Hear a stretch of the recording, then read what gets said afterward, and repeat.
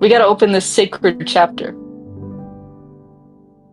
Okay, so after 193 pulls, we are finally ready to play Edge of Continuum. Yay. Continue. Continuum.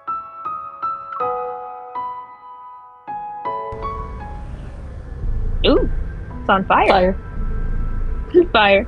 Cold, mysterious, and desolate. Between the skeletal, jagged mountain ridges, 7 colossal gates rise in layers. They reach for the heavens. Here lies a forbidden realm where even the dead may not tread, and at the end of seemingly frozen time, it welcomes its first visitor.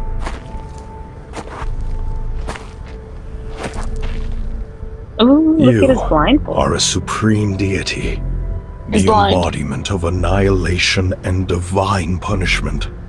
You possess unparalleled wisdom. I'm so happy. Turn back. Do not set foot in Everlost where returning is impossible. You mustn't become one of those lamentations who are restless for all eternity. The Creatio Stone from the Primordial Age. It lies in the Netherworld, beyond the 7 gates, yes. The Creatio Stone. I am going to screenshot this because that is what the stone in Four Seer's staff is called. You already possess supreme power. Why do you still seek the authority of creation? Beyond the 7 gates is a land where neither the sun nor the moon shine. Not even life and death can reach it. Your hands may be capable of bringing about the destruction of countless eons, and your divine gaze may see the end of time. Wow. Yet once you set foot in this realm, your divine authority and radiant glory will turn into flowing sand. Like, he loses his divine power? Probably. That price is insignificant.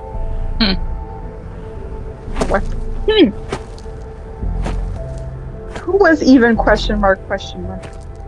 You know, that guy. Mysterious no evil longer advisor, falter. because everyone has a mysterious. Mysterious evil advisor. His steps no longer falter. The god crosses the threshold of the first gate and allows the surging waters to devour him.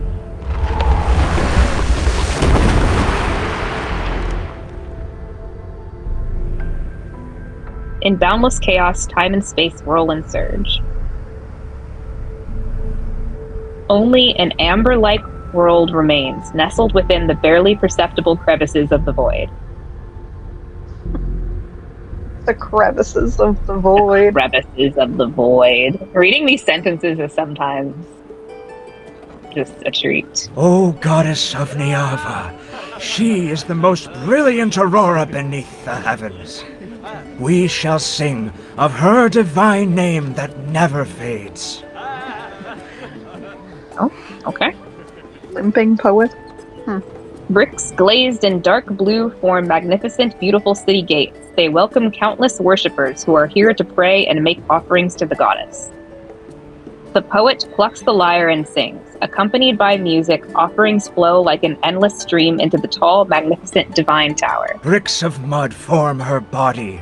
Her eyes were created from the purest lapis lazuli glaze. My eyes are blue. Yep. And I am made of mud. Yep. Urtama, Ingar. You're just a pot. The beautiful twin rivers are her flowing hair, A bowl. while the riverbank's glimmering jade adorns her neck. And the twin rivers are her flowing. My hair is blue. She wields a colossal blade to cleave mountains and strike down the monsters to keep them in check. Humans emerged from cramped caves and built houses in the divine tower.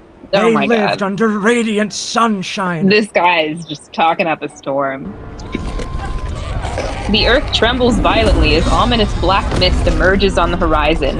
Its menacing claws stretch toward Niava. How are we saying this? What are we like? It's your Niava. It's my land Niagara of Falls. Niava. My land of Niagara Falls. In the blink of an eye, dark, heavy clouds fill the sky. Fierce gales whip the river water into turbulent waves. It's from the Vastrian! Run, everyone! The monsters have returned! Thank you for saying Vastrian, so I know I was saying it correctly. Chaos erupts at the city gates as people scatter in all directions. They flee to take shelter. Goddess of Niava, please accept our most sincere offerings and grant us undying courage. Please protect our homeland from the invasions. Lead us to new territory. No, my lyre. Stop singing! No more of that. No more of the lie. He's running. It's going. A ray of light materializes from the top of the Divine Tower. Oh shit! Oh! Against the direction of the fleeing crowd, it rushes towards the distant horizon with the force of thunder and pierces the turning black mist. Ooh. Yeah, that happens. I don't like when the dialogue is auto-timed. The rivers of Urtama and Ingar return to tranquility. Under soothing moonlight, Niava falls into a deep sleep. The golden arrow from that ray of light rises once more from the horizon and touches the night sky. Moments pass, then it falls into the silent divine tower and slowly transforms into an injured figure. Zayne? Me? The wounds spread across my body and form eerie golden patterns. Aside from pain, I can no longer feel anything else. The black mist that clings to me is entwined around my wounds. It silently erodes my consciousness. I try to calm my rapid, pained breathing and barely manage to prop myself up with my sword. Why is this body becoming more fragile? My Niava is an extremely delicate world. It and its denizens need me. But the only one who can help me and save me, I grit my teeth. I don't want to say that name. Oh. Is this enemies to lovers? Is this a spicy little enemies to lovers storyline? Zayne. Zayne. Zayne. The tower is silent. No one responds. A name once familiar is stuck in my throat like a thorn, yet it lasts but a moment before instinct for survival prevails over pride and resentment. Zayne! Yo, his name. Did he steal all your sheep in the other story? We'll find out soon. When was that, you know? Now you're not friends I have anymore told you because you many took all your sheep. times. The Vastrayan is not a place for the living. I can't believe this man You stole shall my never get the sheep. chance to return should you cross the thorny barriers again. Why is it just going? You know my connection to this world runs deeper than blood, and yet why do you want to destroy it? Dizzy and in pain, I collapse, but he catches me. The resentment and blame in my heart haven't subsided. So? Presumably the event activities do happen before this because we have seen based on the trailer that MC probably dies at the end. Yeah. And so if you're dead at the end, then you can't be shearing sheep. Is it... I mean, the event could just be an obscure middle of the story side plotline AU where everything was fine, you know? I don't know. Based on, I didn't do the myth for Xavier, so I'm not sure how that one turned out, but, I would say based on Sea God, it doesn't really seem that way. It just seems to be these are things they're doing during the myth, but, at the end when she dies, that's it. Yeah. A louder voice drowns out everything. I need Zayne. Relax. Only he can heal my wounds and free me from this terrible suffering. Why are you suffering? I thought this was... I'm hurt. You. Even if you want to destroy Niava, you still belong to me at this moment. Obey me. What? How did we get here? I don't know how we got here. I need an you said obey me sounded like oh baby. Oh. I did double take at the screen. I'm like, there's no way. No way. Wait, can you play it again? Obey me. I need you to heal me now. How did we get here? I don't know. Is this a flashback? Forcefully wrapping my arms around his neck, I bite Zayne's lips. What? We're just going straight into it. I want your power. I don't understand the progression of this. Between us, there is nothing but endless taking. That's one of the lines from the trailer.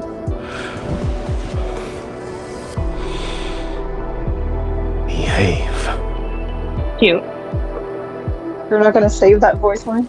Ah, no. Oh my god! We just go straight into the Wow, candles. okay. No hesitation.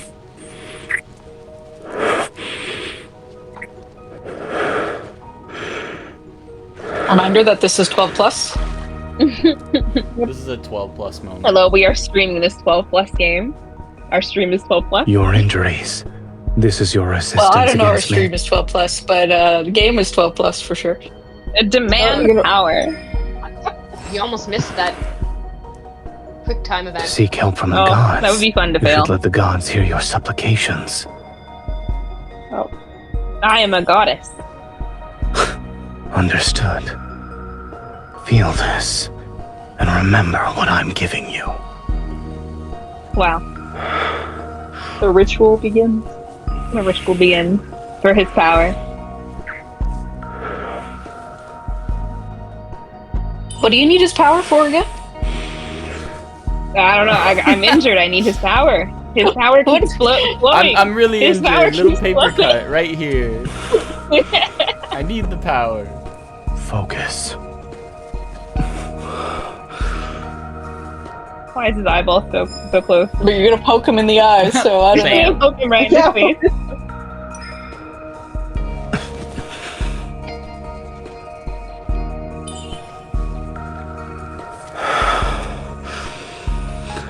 You bite him on the All lip, this he is bleeds what on you the lip. wished for, no? Leave! No! Not here. Just fail that Why quick am time. I leaving? Are you healed? I think you failed the quick time. The ritual I didn't. won't end because you want it to. Did you do the tappy tappy? I did do the tappy tappy. It didn't look like you did the tappy tappy. I did it. It was a hold. Accept I still it. don't understand the point of why this This is is a happening. power only you can possess. He is giving me his power. What do you not get? It's very simple. You think about hating It's this guy, and then he just suddenly extremely appears simple. and gives you his power. You just yell his name and then you take his power. This is obscene.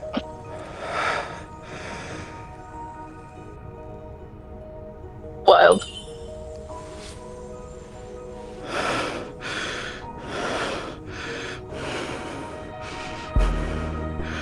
I have answered your pleas and your desires, yet I sense an even deeper craving. Wow. Incredible.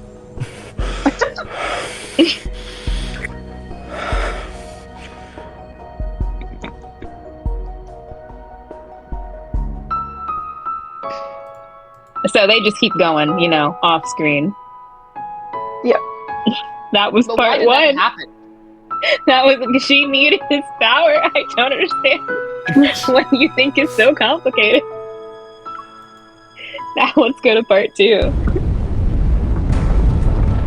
We're back in the flames. Doom Realm. Doom Realm. Doom Realm! The last ray of heavenly light is about to be devoured. In this world where even death has long since vanished, the final judgment is nigh. Only embers burn as if to represent this world's final breath.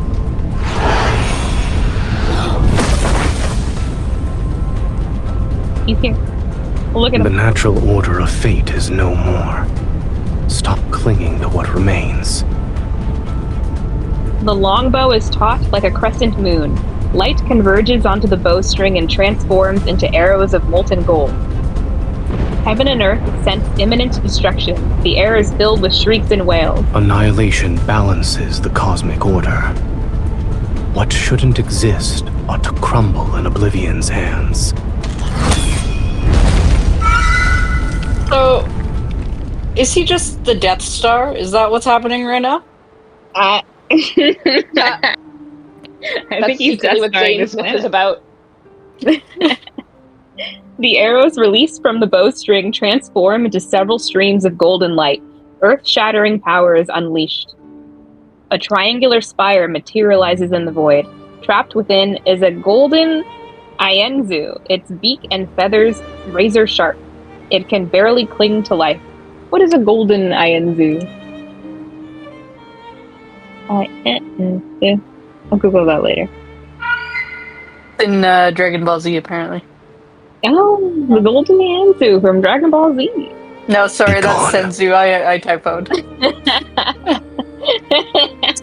You just made me say something stupid. But when you Google it, it does Golden Frieza does show up. Just so that you know. I really hope that bird doesn't look like Frieza. I hope it is Frieza trapped in this little pyramid prison. Zayne tightens his grip and golden dust falls through the gaps between his fingers. This bird meets Oblivion in the distant depths of the universe, and a newly born golden Ienzu spreads its wings in another unknowable place. I think this man is Astra. Okay, based on apparently Persona. Yeah. Based on Persona, it's like a bird with a lion's head. But it's like Nice bird bird. shaped. Oh, I don't know. Bird shaped. Great. Thought it was bird shaped. A snowflake drifting from the unknown lands quietly on the back. Oh, I see. A snowflake drifting from the unknown lands quietly on the back of his hand. It leaves behind a fleeting coldness. It's snowing. Yeah, it's snowing. I noticed. Sunlight filters through magnificent curtains and casts shimmering ripples across the pool. Within the empty hall, only my footsteps break the silence. The cracks in the blade have been repaired as well. I swing the sword, and abundant power reverberates through the divine tower. Even my body trembles slightly. Within that brilliant radiance, another power has coalesced aside from my own aura, one whose depths are more unfathomable. Zayne. We've known each other for so long that numbers are meaningless, and we once shared what seemed like the most intimate of touches and tender moments. Yet when we let go, it's as if only confrontation and estrangement remain between us. I turn toward the golden spire standing serenely in the depths of the divine tower. The Anger Spire, containing all the universe's realms within, is the divine artifact Zayne treasures the most. I think this is Astra's tower. I think I'm right. Several golden Ienzus, their beaks and feathers sharp like knives, circle around it. Another one flies in and disappears in a golden glow. Where is your master? The Anger Spire won't answer me. The corners of my lips curl up. His absence is only to be expected, otherwise he'd try to stop me. It's only natural that I protect Niava and save my people, yet he's determined to lead Niava towards destruction and annihilation. A golden Ienzu lands on my fingers. I let it nuzzle my hand and exhale. When we first met, he promised to make all my wishes come true and stand by my side.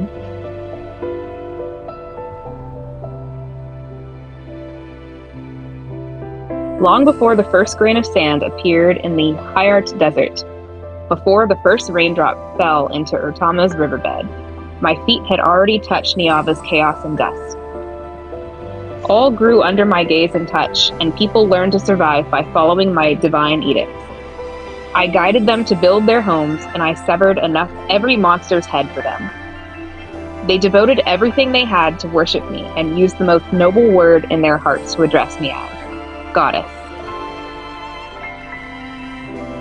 An omnipotent guardian. Perhaps this is what it means to be a goddess. For a very long time, I do everything within my power to protect every sunrise and moonrise in Niava. Until I met another god.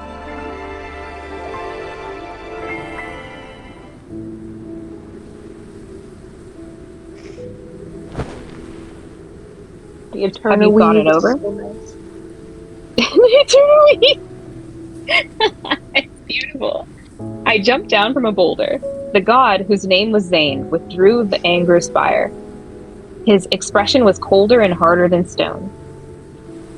I have declined your offer more than once. I shall not carve my name upon your destiny stone.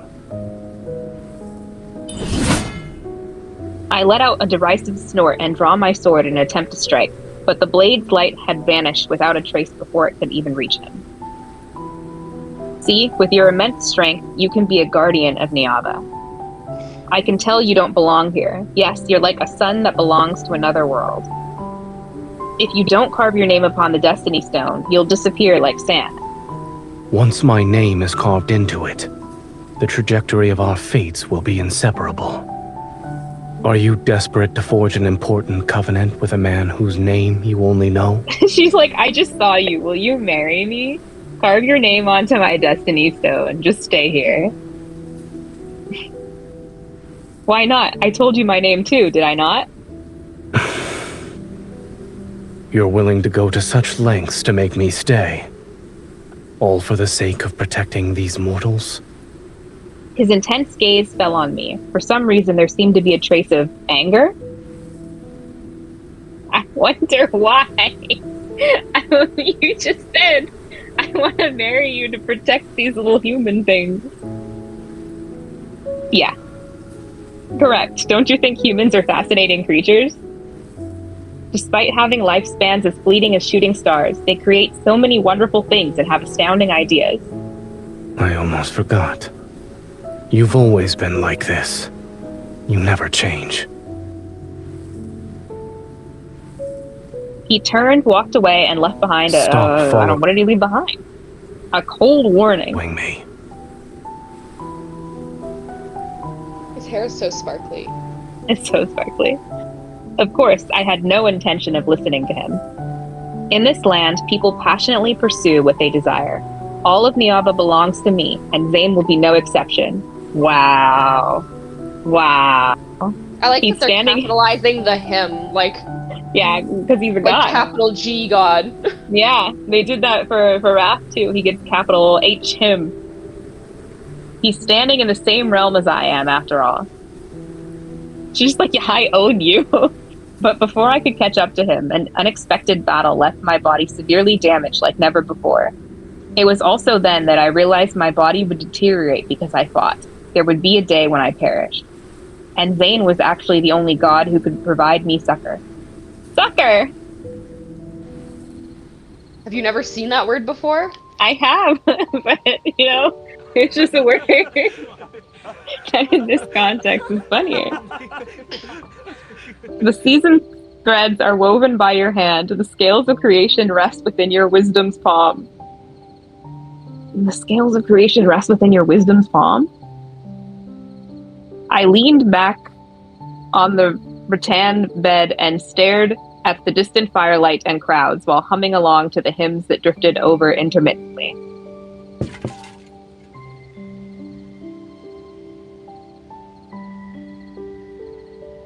Is being worshipped and praised by humans truly a joyous thing? Yeah, it's great, actually.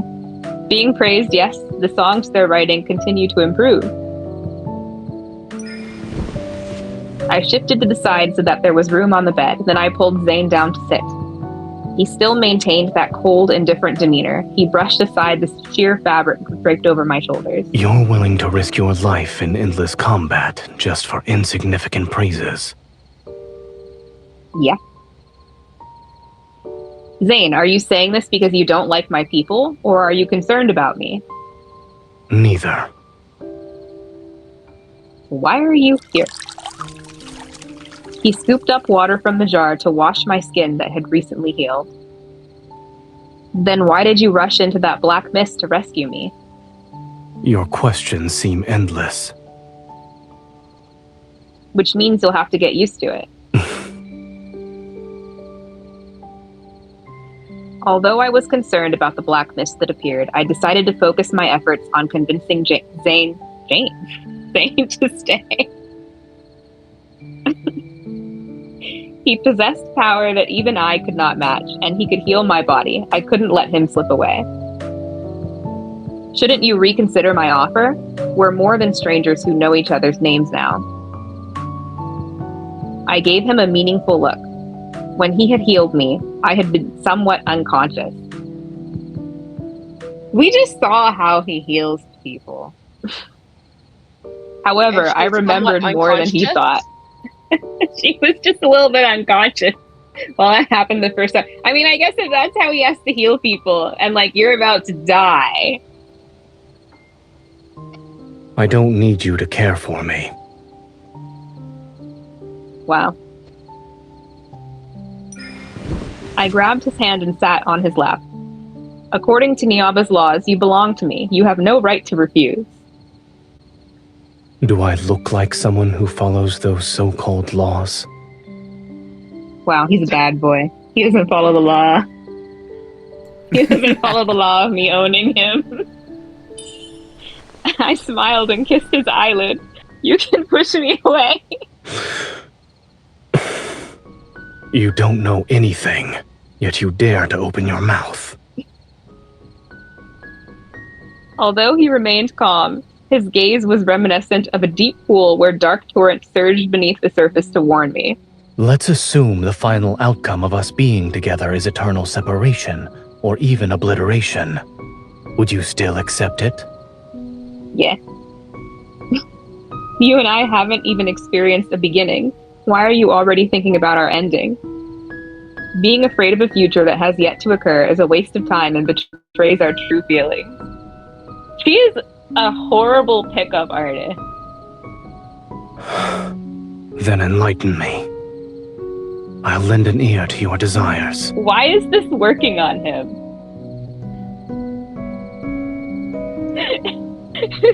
She's literally like, you haven't even thought about our beginning. Give me your name and your fate. It's like something Astra would say.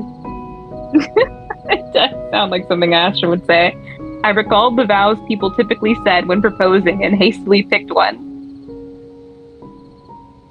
I'll treat you well until I breathe my last breath. I will remember your promise for all of eternity. We're in love now. Did you guys see that? Wow. I just bullied him into marrying me. Dang. I'm incredible. Well, I guess it worked, so never mind. Are we finally determined took my hand. What? why you need the power? No, just to heal. She's like, oh, I need your power. His power is to heal. With his, How was she injured? Well, she was in a battle, and he rescued her from the black smoke. And the black smoke sliced her up. And she was like, oh, my body is fragile. I might die. Unless I have Zayne as my slave to heal me. He finally took my hand and slowly spread his fingers until they were intertwined with mine. If I agree, then I want you to stay by my side forever. Starting from this moment. Okay. Yeah. Starting from this moment, I shall forever remain by your side. Within the brilliant golden glow, my god responded to me. Okay, so she's... Our names will be carved together. From now on, I shall ensure your every wish comes true. She didn't capitalize God. Blasphemy. Yeah, I don't know what that was. Our vow still echoes in my ears. On the Destiny Stone, our names remain closely intertwined. But that black mist, the appearance of the Vastrian, quickly became the beginning of the conflict between Zayne and me. So they're married, and then they're like estranged. That's sad. Well, He did not much for protect the vows. Niava. I know, so much for those vows. He did not protect Niava as I had wanted. Instead, he allowed the Vastrian to bring catastrophe and devour my people's homes. I was wrong to have those thoughts back then. How could a god who governs annihilation possibly harbor goodness and mercy toward Niava? That's a good question. Why did you believe him? Because he was hot. And she was just like, I really want this god, the first god I've ever met, to be my husband. My fingertips are pecked twice, which makes me return to the present moment. I unceremoniously poke the bird's head. What, you still want to protest on his behalf? Why do they sound like? The golden Iensu suddenly lets out a shriller cry before pecking my palm with greater force. Fresh blood immediately wells up. Before I can react, it spreads its wings and flies back into the angry spire. Wait, you! Do a little run.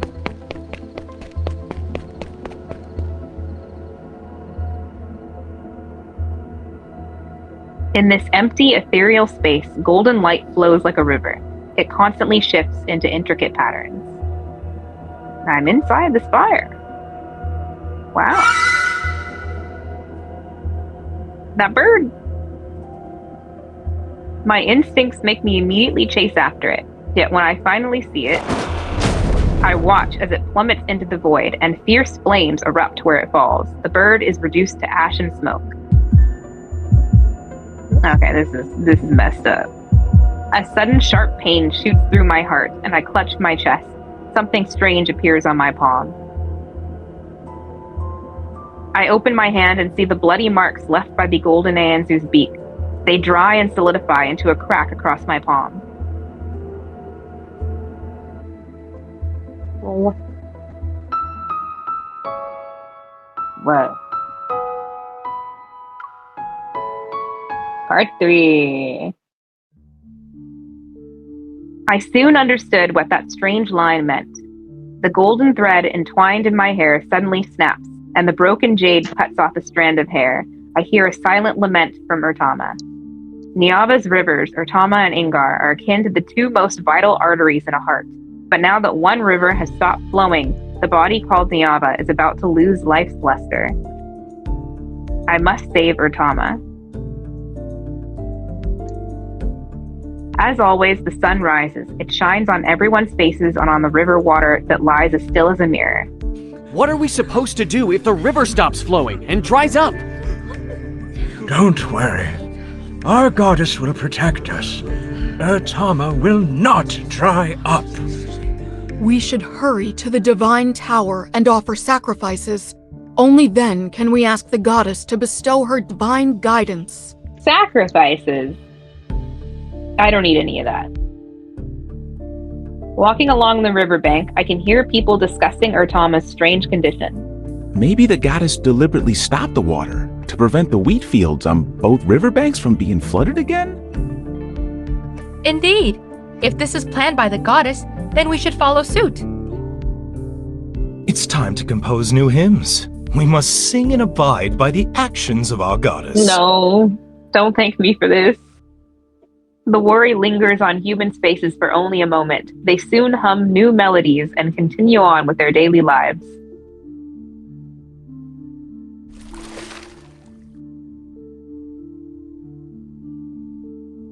I stir the river water. Ripples spread across the surface, but they vanish in the blink of an eye. They're disappearing too swiftly. This matter isn't simply a problem with the river's flow. Something is messing with Urtama. Demira throws several small stones. Stop giving me new names. The ripples are fainter and disappear faster. I don't want to say any new names. How strange. The river water is stagnant. Is this truly the goddess's will? Look at her. She's pretty. Yeah. It isn't. At least I believe it isn't. Samira is the current ruler of Niava and the only person I associate with. However, I only tell her that I'm the goddess's messenger. I always disguise myself as an ordinary person when I meet with her. The goddess should already be aware of Vertama's condition. She won't let disaster strike. Of course. Everyone in Niava believes our goddess shall give her blessings and protect us from evil. Even the most unruly waters will inevitably yield and obey her. The beautiful ruler respectfully bows. She intends to make me convey her reverence to the goddess. That mischievous mirth I know so well appears in her eyes. I wonder, how is our goddess? Have our offerings of gold and jade brought a smile to her face? Did they bring a smile to your face? Yeah, they did. I loved them. I loved all the jewels. Send more gold. See as well. Why do you ask? You've told me before that she is deeply troubled because of a man. They're just gossiping. They're just having girl gossip. Maybe she wanted advice. Like, listen, there's this guy, and we're kind of married, kind of not. Back then, it was because I wanted to break into the Bastrian. Zayne and I didn't speak for a long time. It just so happened that Samira was leading a group of worshippers at the Divine Tower. I couldn't help but share a few things. I didn't expect her to still remember. It wouldn't be appropriate for me to inquire about such matters. I try to gloss over it, but displeasure and helplessness surfaced in my heart once more. After treating my injuries, Zayne vanished without a trace again, and at some point he also took the Anger Spire from the Divine Tower. He certainly returned to the Divine Tower, yet he won't even see me. How infuriating. But I'll admit, I have never truly understood him. In addition, I even know less about what he wants to do. That man must be exceptionally outstanding. Beautiful roses always have sharp thorns, but everything under the heavens belongs to our goddess. Yeah. A mere man will certainly bow down at her feet. Yeah, that's good. That's how it should be. You're right, our goddess is omnipotent. She will never admit defeat in front of him. What are the goddess's powers? Being a goddess. My power is being a goddess. Nothing. Other than she's a goddess. Doing what? What has she done? She said she resonated with the power of the land at one point. That was something. Yeah, so I think she kind of is the land. Yeah, I think the vibe is that she actually is the land. So, like, the river drying up is against her will, but ordinarily she could manipulate things like that, I think is what's going on. After Samira leaves, I ensure no one is around. Then I cup a handful of river water and blow on it. The water in my palm floats into the air strand by strand. They unfurl into a flying carpet that's as soft and crystalline as a cloud. Is this an ice evol, perhaps? Take me to the upper reaches of Vertama.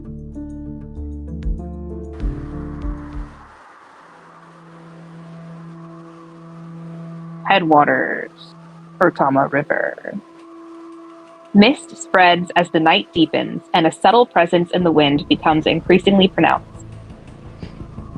The closer I get to the source of Vertama, the more certain my suspicions become. That's Zayne's power. Dun, dun, dun. This presence, it's the same as what I've been exposed to before. It's Zayne's power. Is he stopping the river from flowing? Why would Several he do strands, that? because he's evil, the god of annihilation. Several strands of complex emotions are ensnared in my heart, and the flying carpet woven from water seems to sense my restlessness. It speeds up. See, she can make flying carpets of water. That's one of her powers.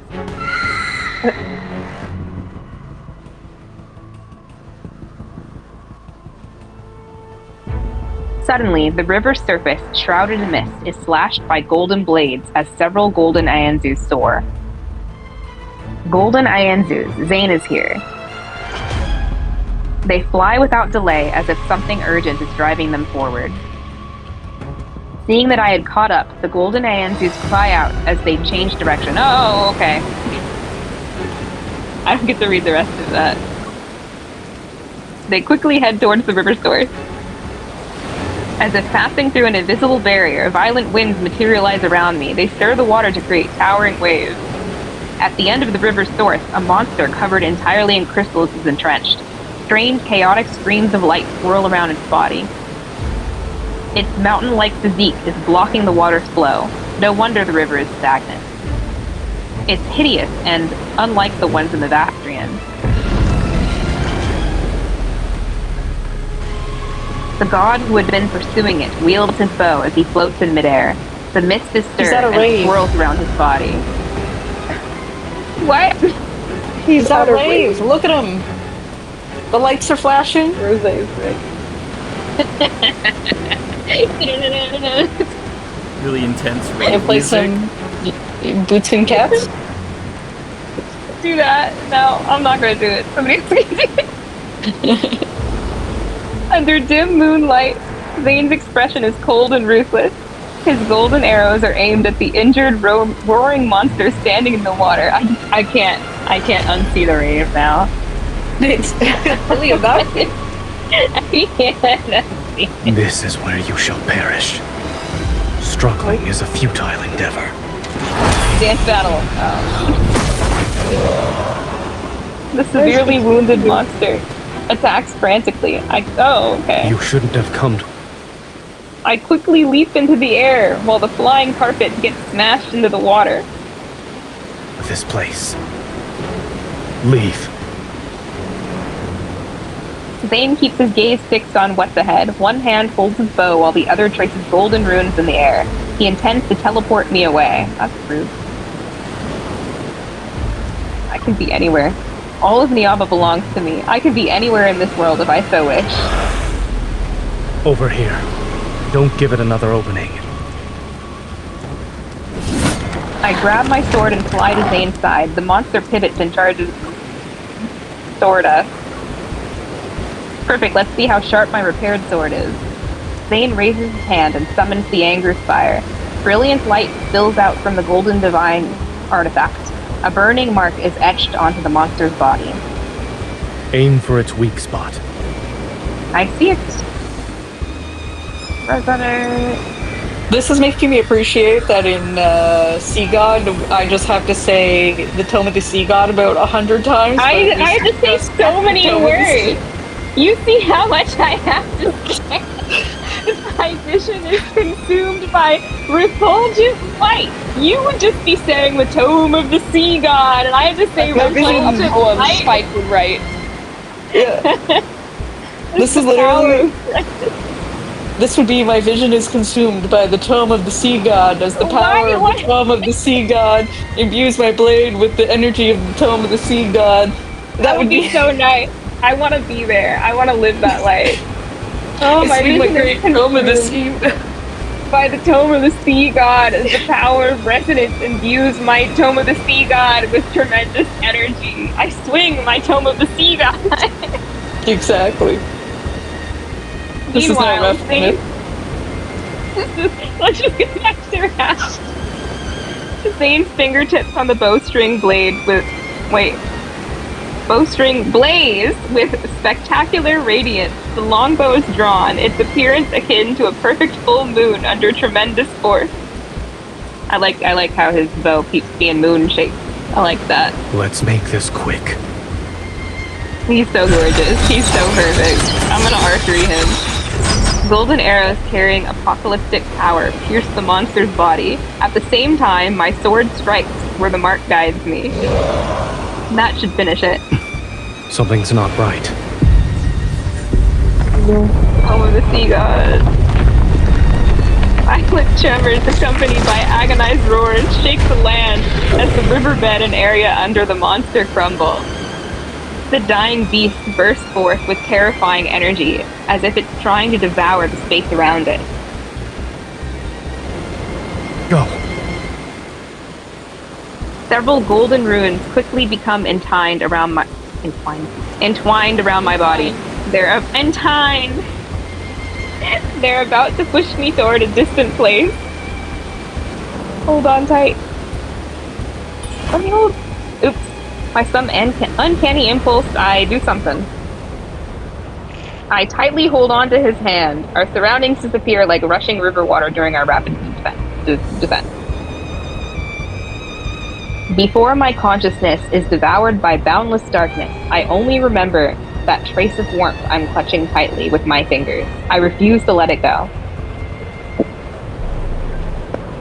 I refuse to let go of the tome to the seaside.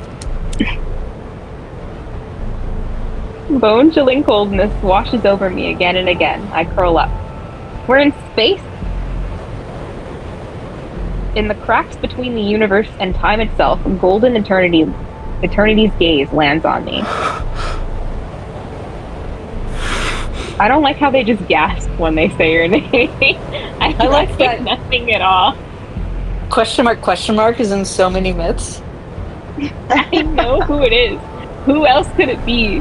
There's no one out here but us. I'm glad that question mark, the secret sixth love interest, is getting so much screen time. What if that's secretly it? Question mark. Is that my name? Is it your name? Yeah, girl, that's your name. I want to see the voice's owner, but a hand suddenly covers my eyes. There's no need to rush. You need to sleep for a long time. No, I don't like that. What is happening? Let me up. Let me up. I don't know. Let me up. The cold sensation fades. Warm golden light envelops me. There will be a day when we meet again. Where is he going? Your river is broken, right? You're having a piping problem, like a plumbing issue. Yeah. You go to plumbing issue. solve the plumbing issue. There's a wanderer, and then now you're in the fabric of space and time. Okay, yeah. Monster charges. He summons the spire. Burns the monster. I hit the monster. Boom, boom, boom. Apocalyptic power. And then you're in space. And then we go to space. We're in space now. Happening? I don't know. I want to go back.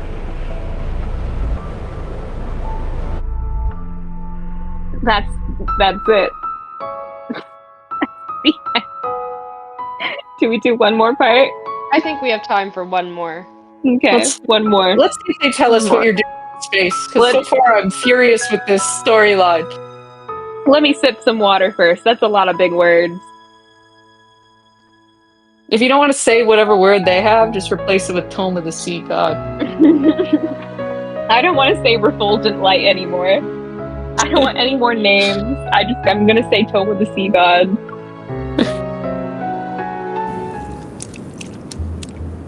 Warm liquid, please don't. Warm liquid? Onto your face? We just got it. What a start to this chapter. Warm liquid is splashed onto my face. There's a moist sensation, and the metallic scent of blood fills my nostrils. Okay, it's just blood. It's nothing else. Just blood. Very it's normal, just very blood. nice. Why is he splashing it onto your face? You would have been swallowed by the sea of sand. He's just splashing it. Seemingly alive, waves of white sand slowly rise and fall. They surge toward us again and again. Looking at the arm around my waist, I lift my head. Zayne is sitting against a black stone about half a person's height. He's holding me in his embrace to an extent. To an extent!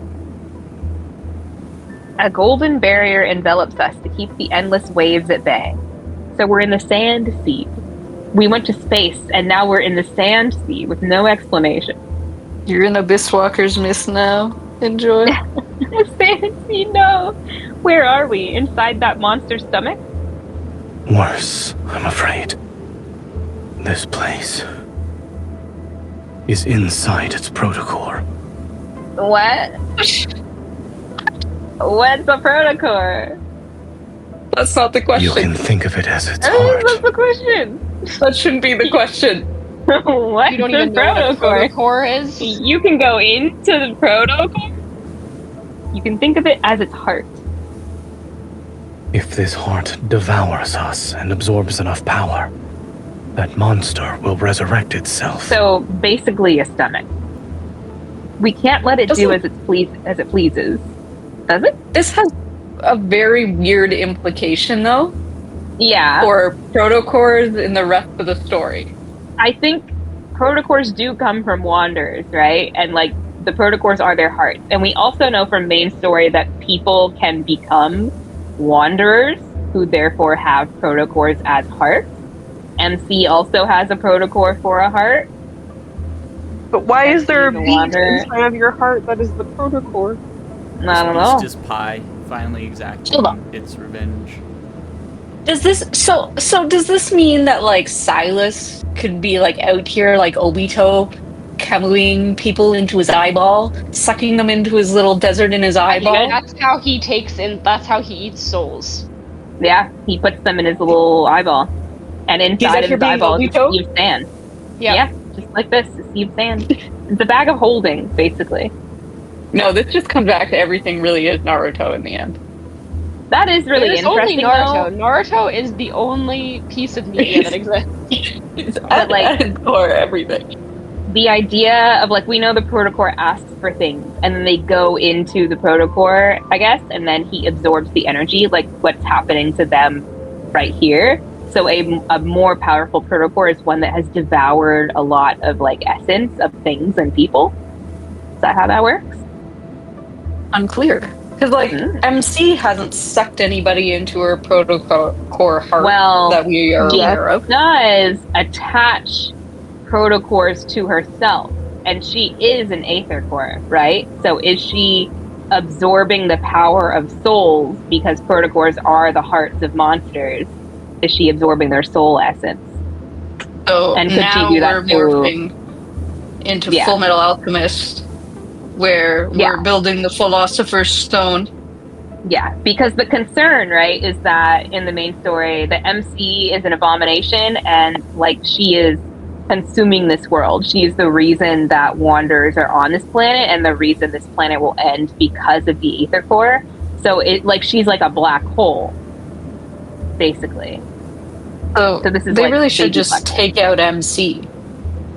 Yeah, they should. Perhaps God of Annihilation might want to do that a little bit. They wouldn't do it, but they should. They should. They should. Dawnbreaker is trying to kill her. Let's go in. We must get out of here as soon as a sticky sensation. Now it's sticky? A sticky sensation on my palm makes me freeze. I look at the wound covering Zayne's body. I don't know. A moment passes before I tentatively reach out. Touch him. Touch his sticky body. Blood. You're not mistaken. Are you actually injured? It's not illusion created by the protocore? My injuries aren't serious. You're all sticky.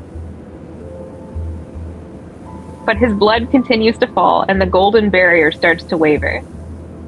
Zayne, who has always been invincible and all-powerful, is actually injured. Wow. Take off everything you're wearing. Is that necessary? We're gonna rub him. Seeing him not move, I use one hand to tear away the remaining clothes on his body while using my other hand to retrieve the water pouch from my waist. I pour water over his wound. This man's not wearing any clothes. I don't know what you're really ripping off of his body. She tore him off and gone. This is holy water from the tower's pool. Once the bleeding stops, you should feel better. He lowers his gaze and watches me wash away the blood stains and dirt from his body. You also healed me like this when my body collapsed for the first time. That's not what happened. We were there. No. I saw what kind of healing he did. He most likely recalls those distant days, those times when I'd at least embrace him with a smile. I was gentler than you in your current strength. You have more words that will incur my wrath? I don't know what I could say that wouldn't make you angry. I let out a soft hum and grab his hand. Give him power. Why are you helping me? When you were fighting that monster, you set up a barrier to defend the village by the riverbank, correct? The river's water stagnation isn't related to you. You helped Niava, so I will help you. I released his hand and noticed something unusual. I gave him a large amount of power to heal his injuries, yet my body doesn't feel any discomfort. On the contrary, it's Zayne who, despite possessing power far greater than mine, was actually injured to this extent. Was the monster truly formidable, or is this cursed place affecting Zayne? Many doubts gather in my mind. I decide to ask Zayne about it. Where did that monster come from? Speaking of which, I fought near the Vastrian many times before, but this is the first time I've seen a monster covered entirely in crystals like that. Do you know of its origins? I'm sorry to disappoint you, but this is also the first time I've seen it in Niava. Zayne turns towards the churning waves of sand, yet he seems to be looking at somewhere farther away. I follow his gaze, but there's only an endless expanse of white. Hopefully, it'll be the last time, too. Now I get to ask all of them. Why did that monster appear? How did you discover it? As you can see, I happened to spot it while passing by. Nothing more, nothing less. Look at his shiny gold hair. I refuse to believe you'd pass by Urtama's source on a whim. Then let's say I went there to clear my mind. You're a god with a heart of stone. You need time to clear your mind. Anger, sadness, fear, dejection. I can perceive the same emotions as you. I can't tell.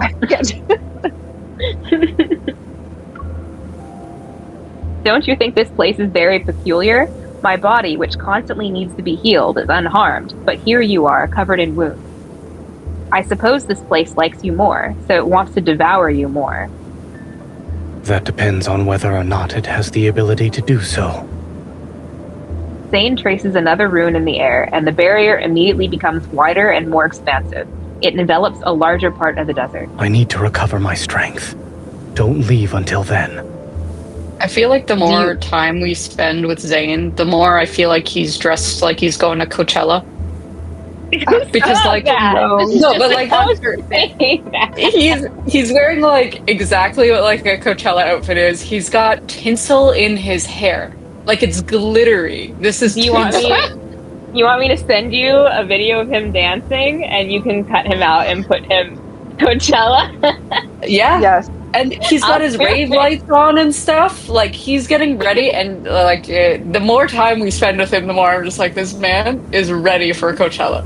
This is just an elaborate Coachella roleplay. I'll give it to you. Put him That's why you're Coachella. currently in the desert, because you're getting ready for Coachella. Oh my gosh, we're getting ready. We're ready for Coachella. Do you know how to leave this place? Don't. We need to make it to Coachella. So we might as well destroy it. How is that difficult? We don't need to wait for you to recover your strength. I grab my sword's hilt, and a gentle power flows through my body. This unprecedented condition gives me more confidence. Leave it to me. Wait. You're gonna get fucked up. I stand on my tiptoes and immediately transform into a golden arrow. I swiftly ascend towards the night sky that's as black as ink.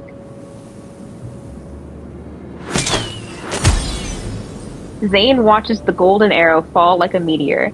It returns to his side and transforms into a figure he's most familiar with. Dust and sand swirl. Draping his outer robe over her, Zayne closes his eyes and silently focuses on restoring his power. I went up, and then I fell, and just took a little nap. Okay. Zayne spends the day meditating to heal his injuries. With nothing else to do, I can only wander around the desert that's covered in golden light. Within this strange place, there is no distinction between day and night, and the color of the sky isn't clear. There's only a faint strip of white behind the distant clouds. It could be the outline of a spire's top or a broken crescent moon. I build a bonfire. While I'm listlessly piling up sand, Zayne quietly sits down beside me. He's making sand piles and pouting. Like, let me out. The Divine Tower? Correct, and it looks like your injuries have healed to some extent. Zayne opens his palm, and the anger spire manifests above it. Aside from the light being somewhat dim, there are no other abnormalities. Here, drink some water. He looks at the water pouch I'm holding, but doesn't move. My hands hurt. Haven't you recovered? Do you typically argue with the injured? Yeah, I'm a great doctor.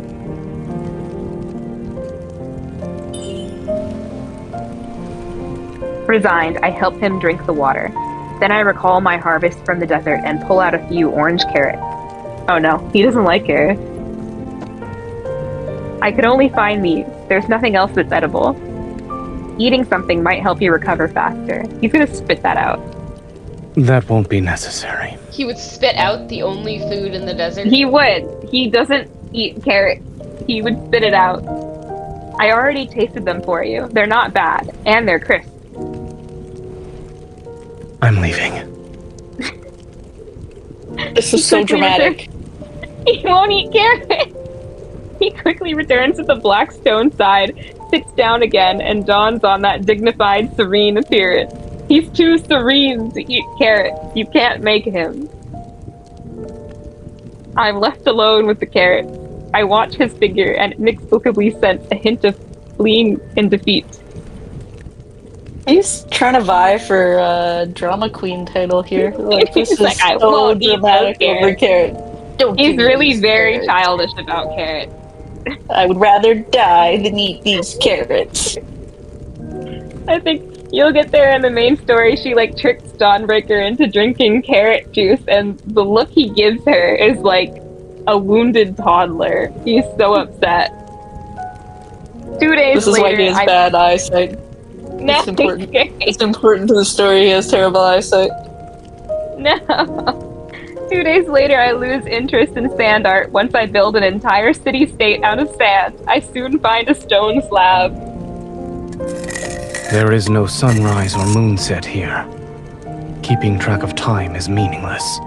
Are we still here? I'm not keeping track of time. Then what are you doing? I'm drawing you. Oh no. I blow away the debris and dust. I point out the crooked lines that vaguely resemble his figure. This is how you appeared when you were injured, and this is you when you let me give you water. Over here is how you looked while recovering. I'm picturing these stick figures. When we return to the tower, I'll put it in the most prominent place.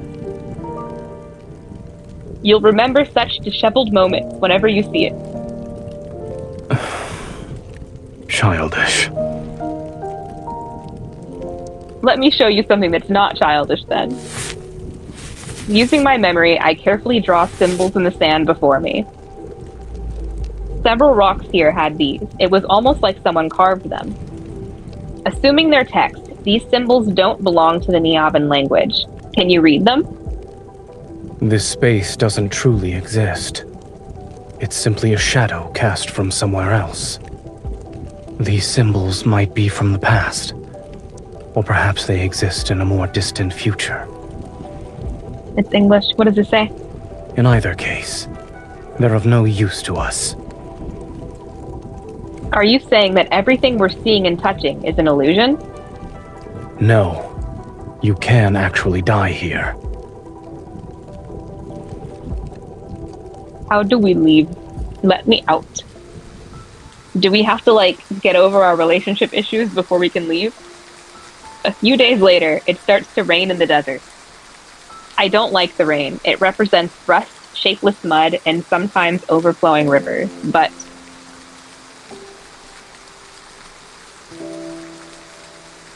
the rain here is beautiful. Countless fluorescent blue raindrops fall like stardust from distant realms. They cascade through golden halos, and their splashes leave shimmering glimmers. If what you said is true, then do these droplets also come from the past? Or the future, perchance? Perchance? Neither. They are time itself. Oh my god. So this place, the sand is from a distant land, past, present, or future, and the raindrops are time itself? I don't understand. He raises his hand, and the anger spire gleams with golden light. It's more brilliant and dazzling than ever before. In other words, Zayne has fully recovered. Let me out! Once the rain stops. Let me out of this cube! How strange. I don't feel the joy I expected. There's only a subtle melancholy. When we return to Niava, will we go back to being how we were before? What do you mean? Will only appear to be cordial when the reality is that we're emotionally distant, like strangers. It's so sad. Do you want us to be like that? Oh my god. I shake my head. I know you have things you need to do. There are secrets you can't discuss with me. But I've also speculated countless times. I thought maybe you never truly intended for Niava to be destroyed. After all, there are many things you wouldn't need to intervene in. What is the answer you desire? I don't even know what I said. Do I hope I'm right or wrong? You never... I'm right. I don't want to hate you. I certainly don't want to despise you. Otherwise, it'd make me, the one who insisted on choosing you so long ago, look like a hooligan. A hooligan? A hooligan! Really used word hooligan. That feels so out of place in this time moment. Hooligan is like 50s feeling. Yeah, a hooligan. I don't picture people in like the ancient desert being like, you hooligan. Then allow me to prove to you. You hooligan! That the choices you've made have always been correct. Yeah, I like that. I like to hear that. The rain's gentle pitter-patter has ceased before I realized it. The clouds have thinned, and that white glimmer has become a little more clear. Zayne withdraws the golden barrier. Perhaps sensing its impending destruction, the desert falls into an unusual silence. Go back. Niava is waiting for you.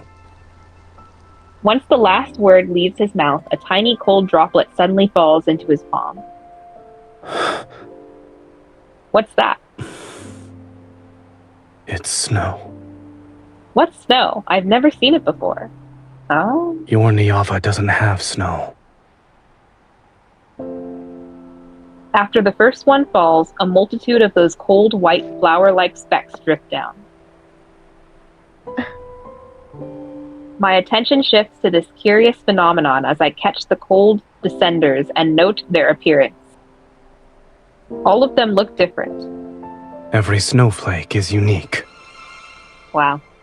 I can't believe we're learning with Zayne. It's similar to how every person in this world is different. So deep. So smart, MC. The snowfall grows heavy and shows no signs of stopping. It mixes with the white sand and doesn't melt. I crouch down and scoop up a handful. Pure sand and snow. They're indistinguishable from each other. Yeah, they're the same. Once they fall, they're fated to melt.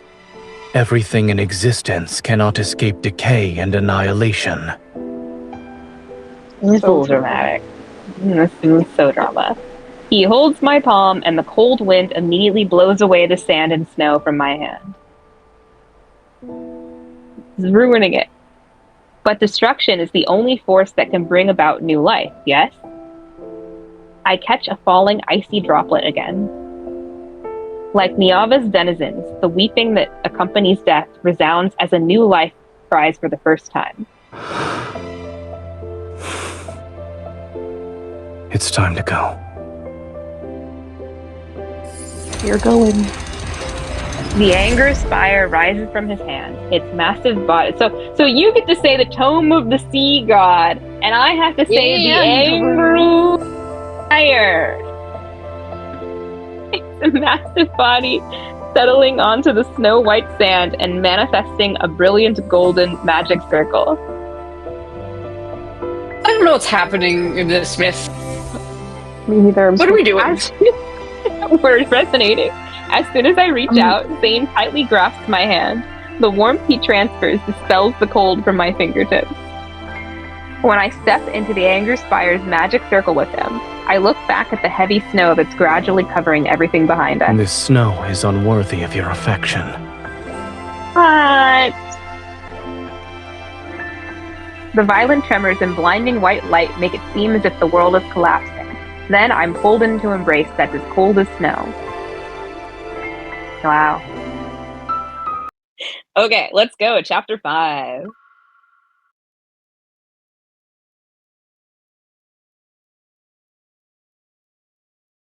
I would still remember those brief, dreamlike days long after they've passed.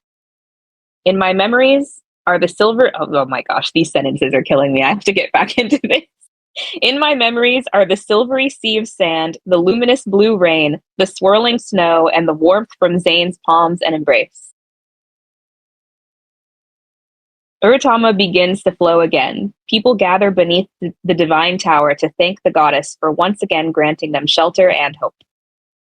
However, a vague sense of worry and unease still lingers in my heart. It spreads with every drop of blood that flows and diffuses into blurry nightmares.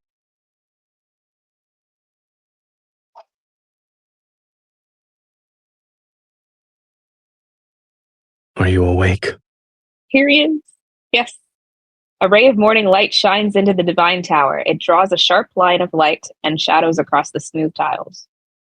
Groggy, I sit up in bed and watch Zayne dress himself. In an unhurried manner, he puts on his accessories. Just thinking about him accessorizing every morning is really funny. Like, putting on every bit of jewelry last night. Very slowly. Sleep. He's got to put his tinsel on. What did he say? I was thinking about his tinsel. You had nightmares last night and cried out in your sleep. Is that so? I don't remember anything. I suppose I did have a dream. It's most likely a terrible one, which is why my subconscious doesn't want to remember it. What did I say? I only heard you cry out, Niava. Then... you gave me a good wallop. Just smacking him in the night. Where did I hit him? Niava! Bah, bah, bah, bah. Let me see. Here. I look intently for a long time before finding a barely visible streak of blood on his neck. What? That hard? It's better now. A few golden Nyanzus land on the tops of the pillars. They cast a golden glow. Dazed, I catch sight of Zayne smiling very faintly. Since returning from Urtama, our relationship has improved considerably. Oh, they're okay now. Whenever I wake up, I often see him. You're afraid of something. I only knew you had the power to destroy the world, but I didn't know you also had the ability to interpret dreams. I can tell simply by looking at your eyes. Special powers aren't necessary. I clench my fist. The crack on my palm still exists. It hasn't disappeared, even though the river has begun to flow again. Is it possible the golden Nyanzu that turned to ash in the anger spire represents Niava? Should I ask Zayne directly? But then he'll be aware of the fact that I accidentally entered the spire. I'm sick of saying that word. I'm just going to call it the spire. No, say it. I don't know if I'm saying it right, so I don't How want am to I keep supposed to know if I'm gonna take a shot if you don't say it? The anger spire. I choose my words carefully. Zayne, I remember you saying your divine gaze can see those that are about to meet their end. So, what you see currently, is Niava included? Yes. What? I see. Wallop him again. Just hit him.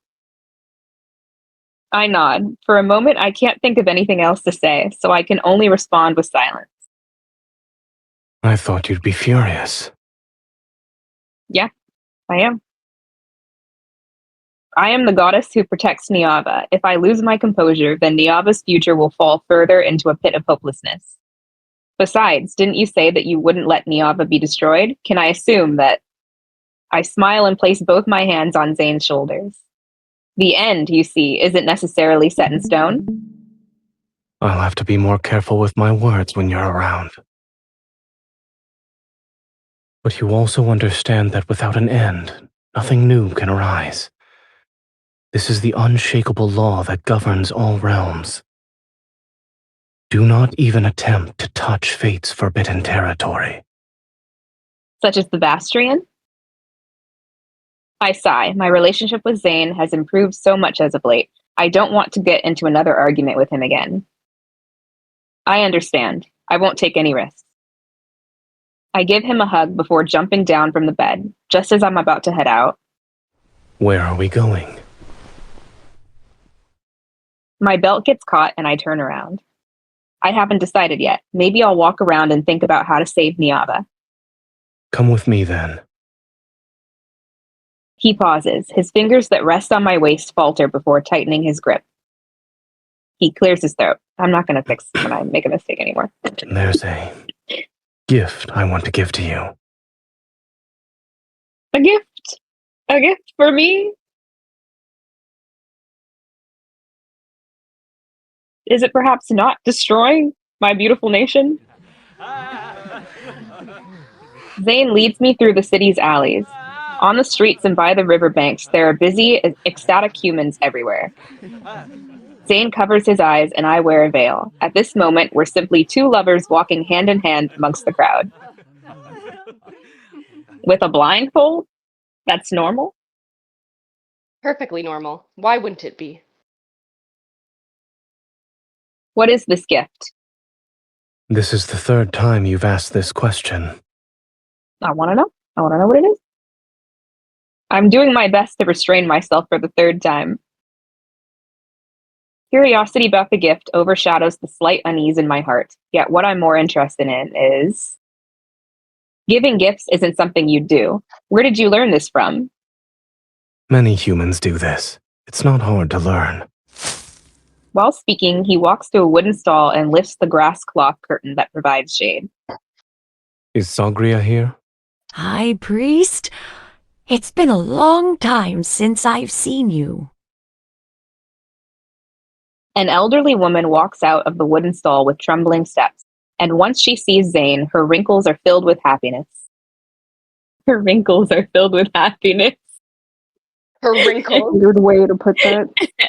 You ever feel that happening to you? Your wrinkles just filling with happiness? My wrinkles are filled with happiness. I'm here to collect the honey and dates I requested before. This amulet is for you. Place it by your pillow. You won't have headaches anymore. Look, he's a doctor in his own way. He's a god doctor. I mean, he did provide you with medicine previously in the story. Remember so. that. Well, that's different. This time he's healing humans. That's what a doctor does. The elderly woman thanks him repeatedly. After accepting the amulet, she brings out a jar of golden honey. Upon seeing me beside Zayne, her smile widens to the point where her eyes are almost a thin line. You have a wife now. You two suit each other very well. Come, this bottle of mead is for you both. It's a wedding gift. Mead! Mead for me! That's so I wonder nice. what it tastes like. Oh my gosh, mead. My favorite. A ceramic bottle is unceremoniously given to me. Although I'm stunned at first, I quickly get a mischievous idea. Tell me what it tastes like. What flavors are in the mead? Thank you, but we haven't sought guidance at the Divine Tower yet. If the goddess doesn't approve, then we can't get married. This is a wonderful thing, though. How could the goddess not approve? This old lady is so nice. She doesn't even know me. Sagria. The dates? Oh, yes. The dates.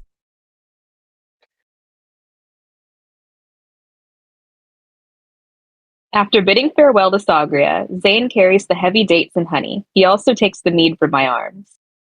Why did you buy so many sweets? They're for divination. We need to please the goddess. Yes. How can you be so certain that the goddess will like them? We can find out. He holds a date out in front of me. In all of Niava, Sagria's pickled dates taste the best. Would you like to try one? Pickled? I didn't know you could pickle dates. You could pickle dates. Full of anticipation, I eat the one from his hand. Gasp. It's sweet enough to slay a goddess. Just fall over dead. They were poisoned. They were poisoned dates. Sagria's poisoned dates. Near the riverbank, Zayne knocks on the door of a mud house. An honest man greets us. How do you know? How do you know he's honest? How do you know he's honest? Here. Will this suffice? That's enough. Thank you. As Zayne examines the basket of unknown plants, I talk to the man named Zabir. What are these herbs used for? I'm as clueless as you are. These suddenly appeared one day in the wheat field behind my house. Those could be anything. I was gonna cut them down and throw them away, but the high priest passed by, saw them, and asked me to sell them to him instead. I'm really curious. He also What are wanted me to these? set aside a small plot of land. I was told to let the wild herbs grow there. Now he visits regularly to buy them. If Zayne treats them as important, then could the herbs have special properties? I take a small piece and taste it. It's bitter with an unremarkable texture and unlike the plants humans might forage. Zayne turns toward me. The herb is poisonous. Spit it out. Just sticking random plants in your mouth. Are you sure? My response is accompanied by my gaze. I'm the goddess after all. How could a tiny plant possibly poison me? But Zayne immediately reaches out and grips my jaw. Yourself? Or do you need me to provide assistance? He's just like, spit that shit out. I have to do this to my dog all the time. Stick my hand in, take things out that aren't supposed to be in there. Drop it. A dog, really. It's so funny. He just grabs her by the jaw, spit it out.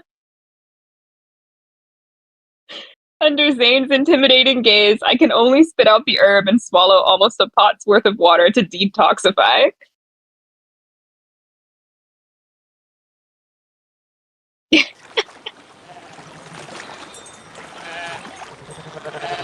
We continue walking downstream along the riverbank. The clamorous voices fade to an extent, and smoke drifts from the tranquil villages. After Zayne exchanges a few words with the shepherd, we gain a ewe as a companion. Is it a ewe or an ewe? I don't know if it said, like, you. I thought it was an iwi. Iwi? Iwi? That's what I thought. Isn't it I just don't you? think it's an iwi. I think it's just you, yeah. Not you. Just you. Just not You. you. Like we're Just saying you. like you, yours. We gain a ewe as a companion. I don't know, maybe we go back to iwi. Iwi. Honey, date a iwi and this basket of wild herbs. None of them look like Zayne's gift. Are these not gifts? Resting in the shade, I use a bundle of fresh grass to distract the ewe and prevent it from eating the basket of poisonous herbs. That she doesn't believe are poisonous, because that's in quotation marks.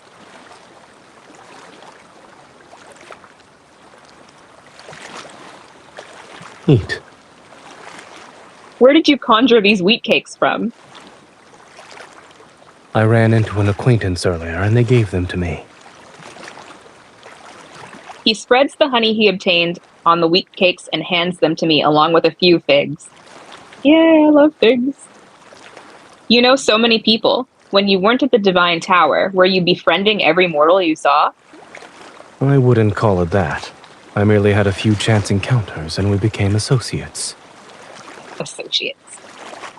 Those humans are fond of you. You don't actually dislike Niava. The humans here don't annoy you either. I never said I disliked Niava. Bitch. Well, I never said that. I never said I dislike Niava. You just said you want to destroy it. Bitch about it. Wallop him! I gently punch him. Yeah! You could have explained this to me earlier, yet you let me have misunderstandings about you for so long.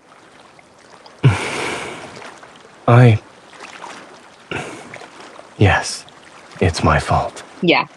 Hit him again. Unable to tell if I'm more annoyed or amused, I poke the corner of his mouth. Remember, your mouth isn't just for eating and drinking, it's also for explaining. And kissing me. I understand. The ewe, having eaten her fill, settles drowsily by my feet and dozes off. I gently stroke the soft wool on her head. Now, can you tell me why you stopped me from entering the Vastrian? You're also letting it erode Niava. Zayne looks away, and his finger trails along a young, tender sapling behind him. Young, tender sapling. A young, tender sapling. For that description. I thought. Sprouting. He's tracing his finger along a young, tender sapling. I don't know. Taking root. Watering, fertilizing, providing support. All must follow proper timing and the natural law. I'm distracted by his waist. Not by young, tender sapling? No. Once what you provide exceeds what it can bear. With only the slightest infusion of golden light, the sapling snaps. The sound is painfully harsh. He killed it! You're saying that taking action against the Vastrian would only accelerate Niava's destruction. You could interpret my statement as such. Oh my god. Then when will it be the right time to eliminate it? Not at the present moment. Oh my god. Can we do a quick recap? What was the Vastrian again? The Vastrian is like the shadowy thing. There's like a black shadow that... The guy? I don't know. Not the guy. Not the guy. There's a different shadow that's somewhere.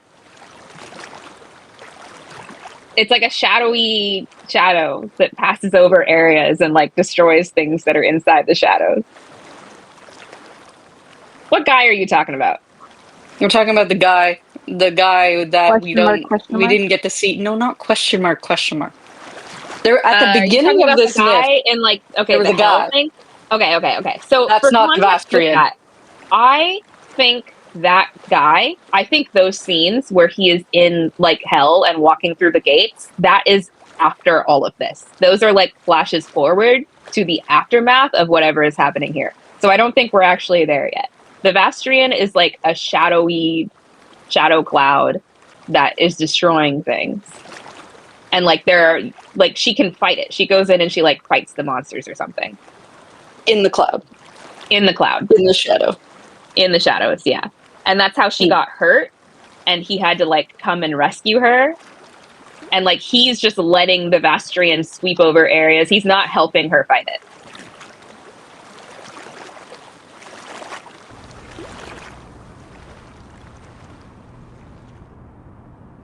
What a nice house. We've even got modern curtain rods. After passing through another wheat field, Zayne finally brings me to our destination, a home that belongs to farmers. Is this not just a reuse of the Misty Invasion background? I don't know. I don't know. I hope not, but you know, it could be. It could be. They've got some Misty nice Invasion. There's some nice curtains there. In the modern style, pooling on the floor. After unloading the items the U had been carrying, a weathered woman welcomes us into the house. What is the gift? High Priest. How has Nagan been these past few days? I followed your instructions. I carried him to the river each day to wash him and fumigated his room with torches. He's been awake for longer periods, but the evil presence on his chest still hasn't disappeared. Let me examine him first. She is an envoy from the Divine Tower. She shall bestow the goddess's blessing upon your child. I feel a gentle push at my back. Realizing what's expected of me, I nod respectfully to the woman. She wipes away her tears and bows to me in return. May the grace of the goddess descend upon this place. Come with me.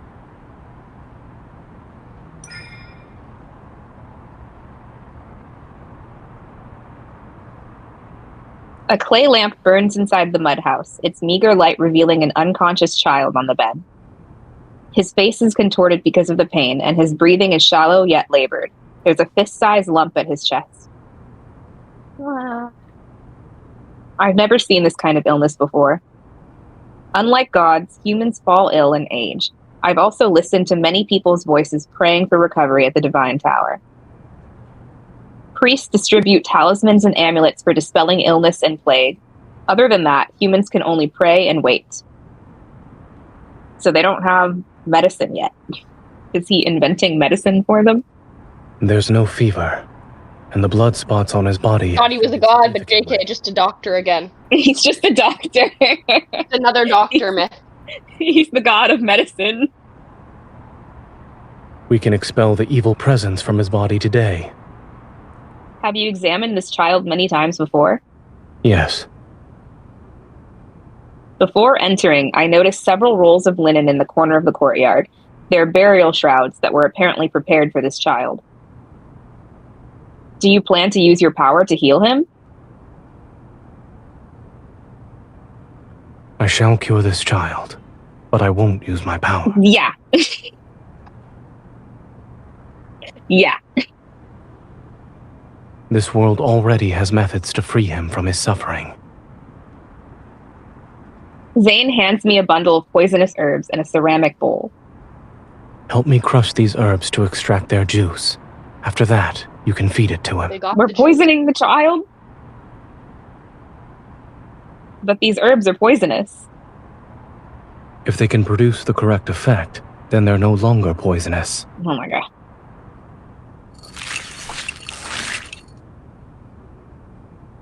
I feed the viscous juice to the child. Viscous juice. Then I turn to see Zayne taking out that jar of honey again. After driving away the evil presence from his chest, we need to apply honey. So You won't just be bestowing the blessings of the goddess. One thing, because Kuro mentioned the reuse of backgrounds, I noticed this earlier and I just double checked right now because I was curious. So in the event, when you first start the event and you get that scene like where they're like in the market or whatever, and she's shearing sheep, I recognize the background immediately. It's from Sea of Gold and Sand, like Raphael's original myth. Oh my god. It's the same background. I just looked it up to double check because I took a screenshot of it when I started the event just so I could double check later. And it is the same background. So, how could they do this? Lots of background reuse here. Wow. I don't even get unique backgrounds for him. Wow. No, I guess not. Amidst the tearful prayers of the mother outside, Zayne heats a thin blade over the flame for a moment. We doing surgery? Everything I do from this point forth.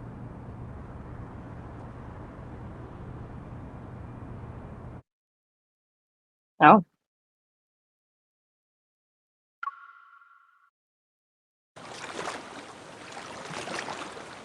There is no moon tonight, and the stars scattered across the night sky are like glimmers of light on a dark river surface. I sit by the riverside to recall the events that unfolded in the room. The toxins in the juice can temporarily numb his senses, so he won't be in too much pain. Oh. After removing the tumor and surrounding necrotic tissue, mix fine salt and honey. Apply the poultice here. This will help the wound heal. Then use sheep's milk to detoxify him and nourish his body. No. Let's not try this at home. Let's try this at home. We're learning medicine, kids. Zayne's voice was calm and quiet, his movements composed. With his care, the child's pained expression gradually disappeared. He will survive.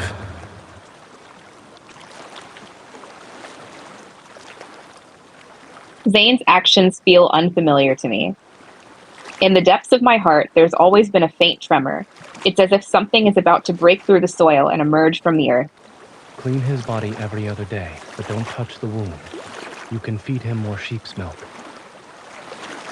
Zayne gives the ewe to the grateful woman before walking toward me. I'm so glad we can give him more sheep's milk. What are you thinking about? I'm wondering why you... Giving him more what? Sheep's milk. Why are you fixated on the sheep's milk? It's just so silly. He needs milk. Sheep's milk specifically. Oh my god, they don't have cows, they have sheep. Yeah, but so isn't it weird to say sheep's milk when you don't have cows? Like, isn't that just milk? I mean, there are other animals that produce milk. So yeah, it's like, but do they know that? It's ancient times. They don't have cows, so it's not like they're like, well, in other countries there are cows, so let's call this sheep's milk. We don't call cow's milk just casually. We just say milk. There is another mammal that produces milk during this time. Which mammal? The Have they woman. said it at all?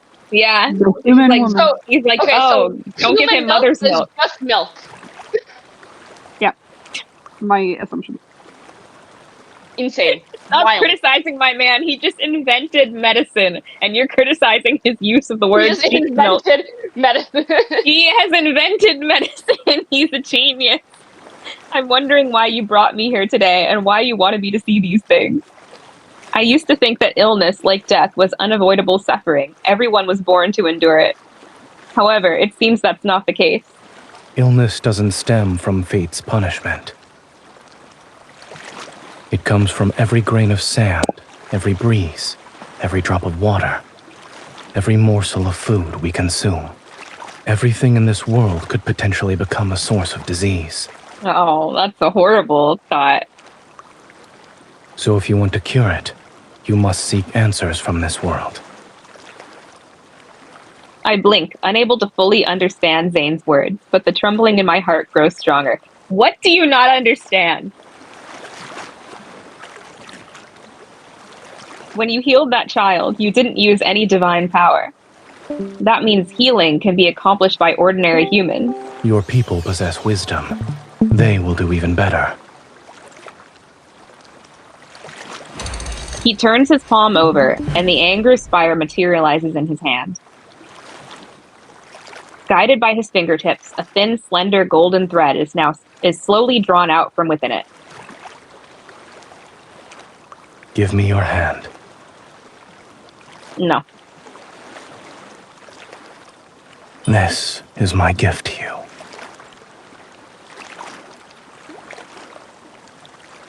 The winding golden thread extends into my palm and touches that crack. Your gift has a name. The principles of medicine. That he's gifted me medicine. When the golden thread... Medicine? When the golden thread... Oh, no. When the golden thread intersects with the crack, a brilliant radiance suddenly spreads across my vision.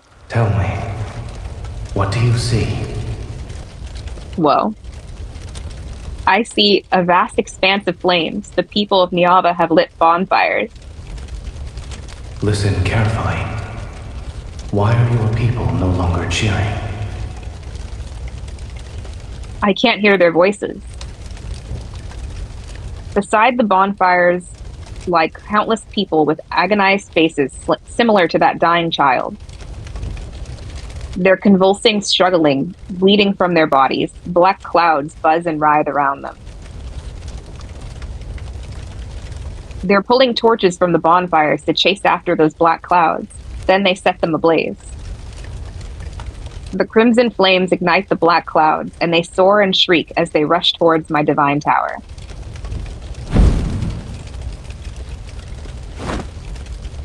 The falling sparks transform into flames that lick the hem of my dress. I stumble backward and fall into the embrace behind me. Don't be afraid. Oh, it's kind of spooky. I lower my head and see countless newborn green plants growing. They wrap themselves around the steps and cover the raging sea of fire. People harvest them, draw clean water, preserve the flames, and sterilize sharp blades with fire. They do it in the same way Zayne did. All of this, everything you see, you can call it medicine. It's a tangible form of the principles of medicine. Knowledge meant to heal diseases and recover from plagues. From now on, your Niava will never again be driven to desperation by disease.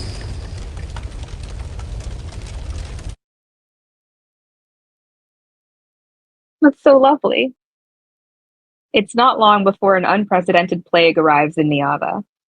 I taught these principles of medicine to Samira in the form of a divine prophecy. Soon, the suffering people lit fires, killed insects and flies, gathered unfamiliar plants they had never before recognized, and consumed their extracts. They began to ask about how the blood in their bodies flow, why their hearts are able to beat, and how their bones support them. That's a lot of questions. Yeah. The looming shadow of disease gradually fades from Niava. That's a big gift. That is a lovely gift. After that, Zayne gave me more gifts. Iron casting, metallurgy, water management, land reclamation, calendars, mathematics. Each So, gift like, can ultimately you made... do anything? Like, do you have any powers? Well, she does. She's like, okay, so I think we discussed this last time, and she is Niava. You know, like, she's a goddess, but, like, she is this planet, She's just basically. a patch of land. She is basically, she's like the personification of Niava. So when Niava suffers, her body starts to decay. So Zayne is more like a true god, it seems, and he can give her these things probably because he has them from other worlds. He has this knowledge from elsewhere. So him giving her a gift is basically like pushing forward the advancement of humanity. It's pretty messed up. Each gift ultimately made life more vibrant through people's wisdom. The city-state grew stronger, and my Niava achieved a glorious prosperity that filled me with joy. That crack on my palm had also faded considerably.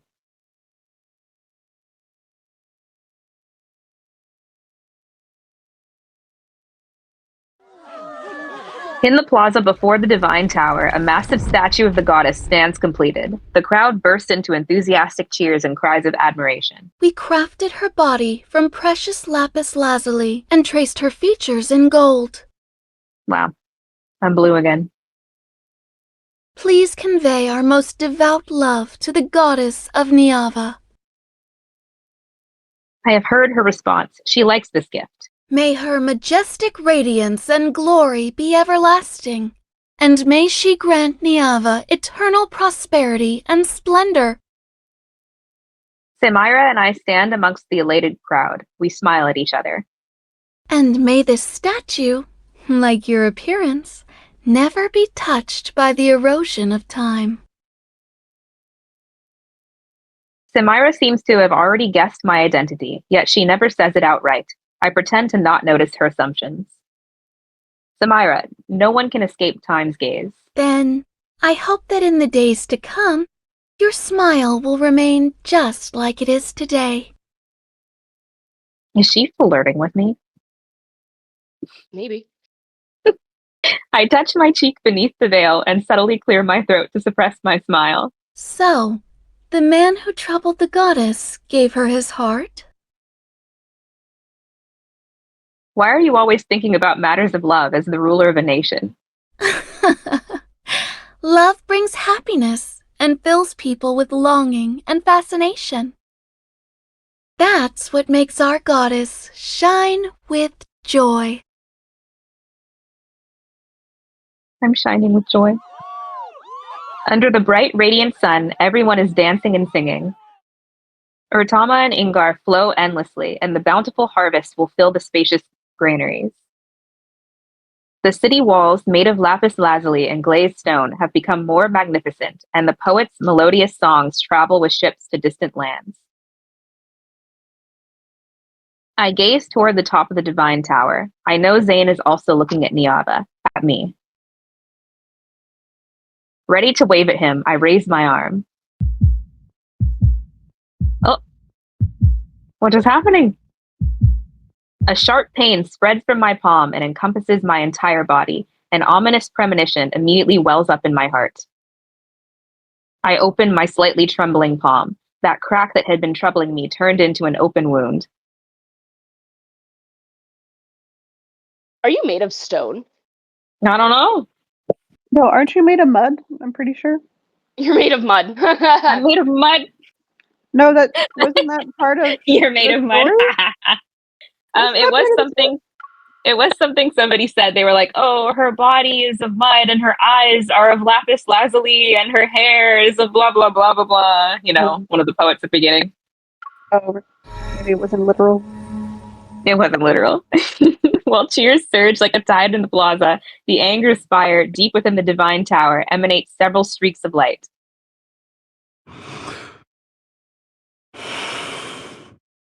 Zayne holds a fractured protocore. The monster that had been entrenched at Urtama dropped it. At the time, he followed the anger spire's divine guidance and traveled to Urtama's source to destroy the magical array he had once created there. Unexpectedly, the array originally meant to separate two realms had transformed into a massive monster after accumulating energy for countless years. If I don't destroy the remaining magical arrays, she and Niava will face an even greater disaster. But that would be the herald of an even swifter farewell.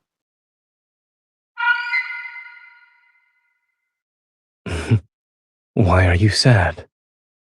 Before everything was created, the ending had already been written. For her, its early arrival should be a better fate. The golden Ianzu softly calls out as it flies away from Zayne's finger.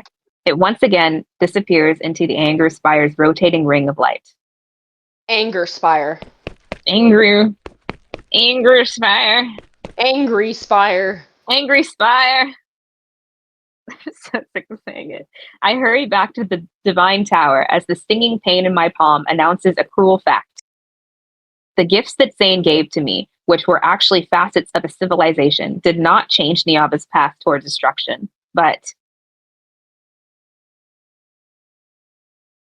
Besides, didn't you say that you wouldn't let Niava be destroyed? Can I assume that the end you see isn't necessarily set in stone? I'll have to be more careful with my words when you're around.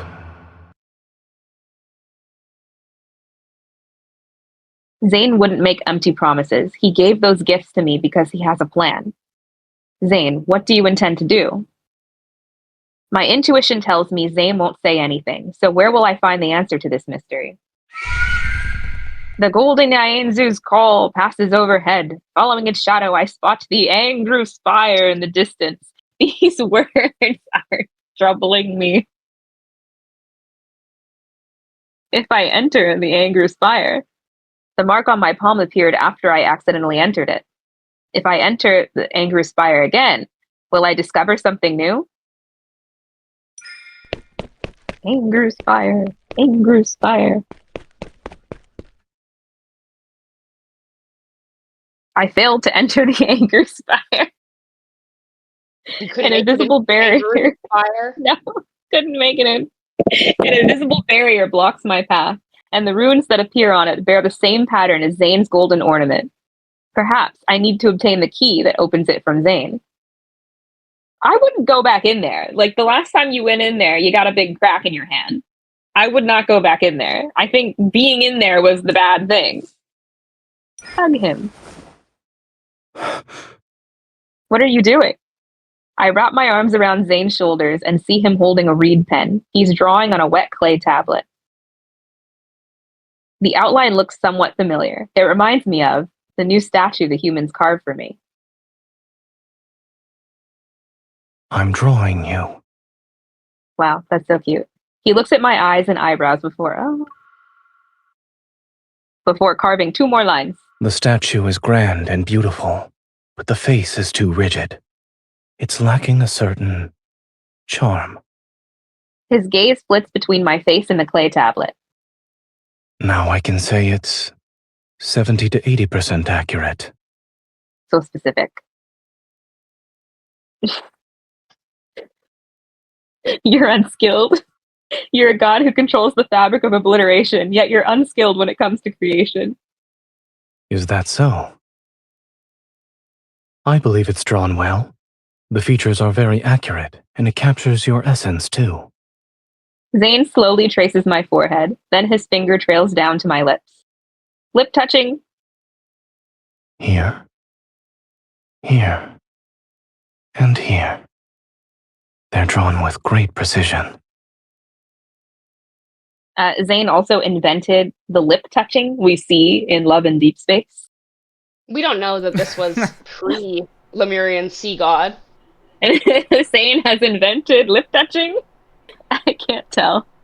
I make a move to bite that mischievous finger, but Zayne gently holds my chin in place.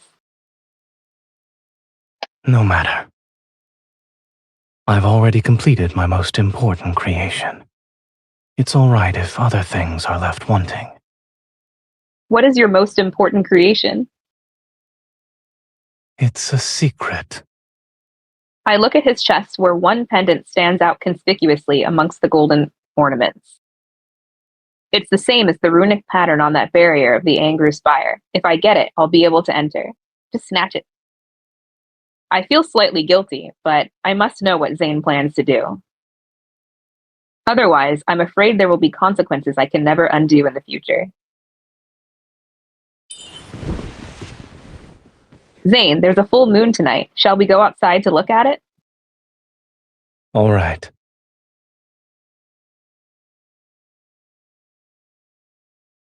I think MC is the problem in this myth. The moonlight is hazy. Far away, the sounds of singing and dancing from the city can still be heard, but they quickly fade into the night wind and soft chirping of insects. On the terrace of the Divine Tower, I arrange the food I bought from the market on a table and sit down next to Zayne on the rattan bed. Try some. I requested these honeyed sweets to be made according to your preferences. Feed him. Cinnamon, pine nuts, and cashews. Yum. Although it's delicious, it's a little bland. That is so rude. That's impossible. I watched them make these myself. They added this much honey. It's very bland. I watch Zayne skeptically as he eats 2 more pieces with the same unfazed expression. I think for a moment before tentatively leaning in to give him a kiss.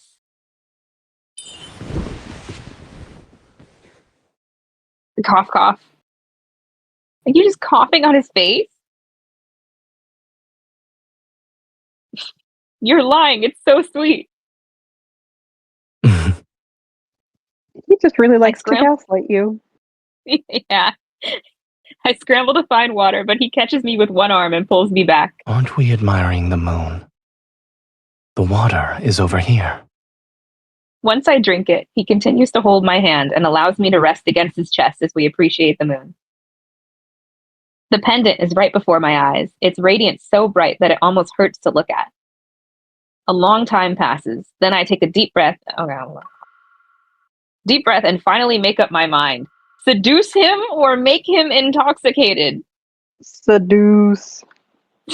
There's a right answer. It's the right answer. Okay, for this time, we will seduce. Zayne.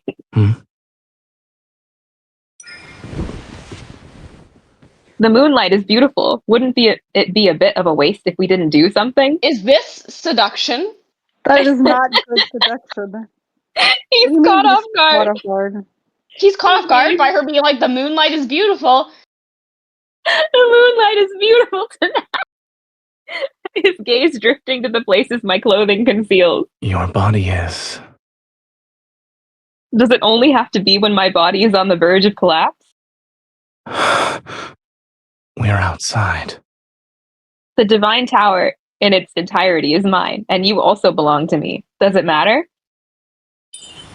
To keep him from finding more excuses, I put a sweet into my mouth, wrap my arms about. I don't want to know what she said, but I have to. Wrap my arms around his neck and lean down. We're doing the Caleb thing where you baby bird. You're spitting something into his mouth. How seduce. Some breathing. Out. It looks like it's working on Zayne. It's working. The sweet easily stirs up feelings of pleasure, but when savored more carefully, it becomes far more intoxicating. In the narrow space between our mingled breaths, Zayne slightly turns his head away to avoid my eager pursuit. The kiss that missed its mark lands on the corner of his lips. It draws out deeper, lingering breaths. Is this a gift for me, or a new punishment? I lower my head and rest my cheek against Zayne's shoulder. My lips touch the spot where his heartbeat pulsates against his neck. With every syllable, I can feel his skin become damp beneath my breath. That's gross. Do you want me to stop? I should not, but my heart doesn't want to. His arms that are wrapped around my waist tighten. Silent waves surge and churn in his eyes. They scatter with the fine golden flecks from the candlelight. Kiss him!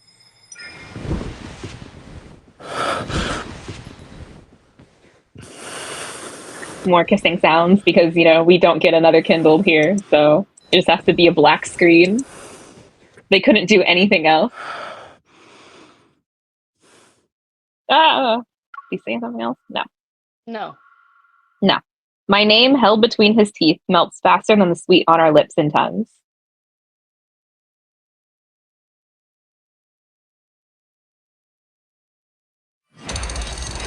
After helping Zayne settle into a comfortable position, I carefully remove the pendant and approach the anger spire, just snatching it off his body when he's unaware. It operates silently. I look up at it, but I hesitate because I realize I'm about to see a truth.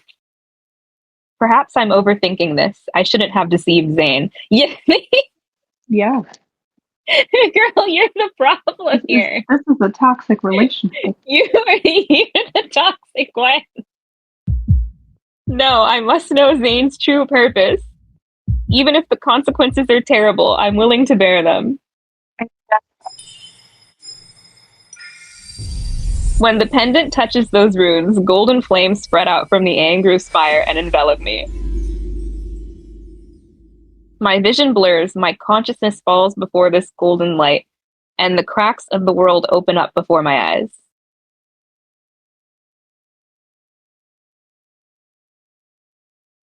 Golden Ianzus carrying threads in their beaks fly past me. Each flap of their wings shakes off golden dust. Those particles gather at my feet and spread out into countless, endless rivers in the blink of an eye. Countless, endless rivers.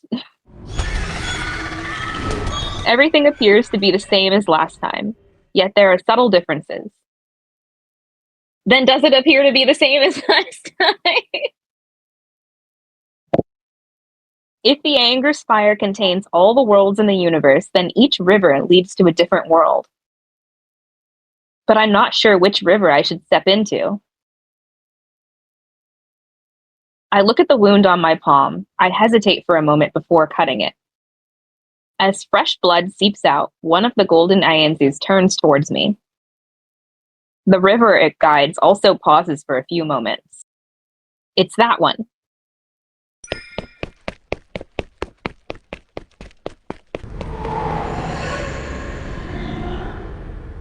Howling winds carry an aura heavier than death itself.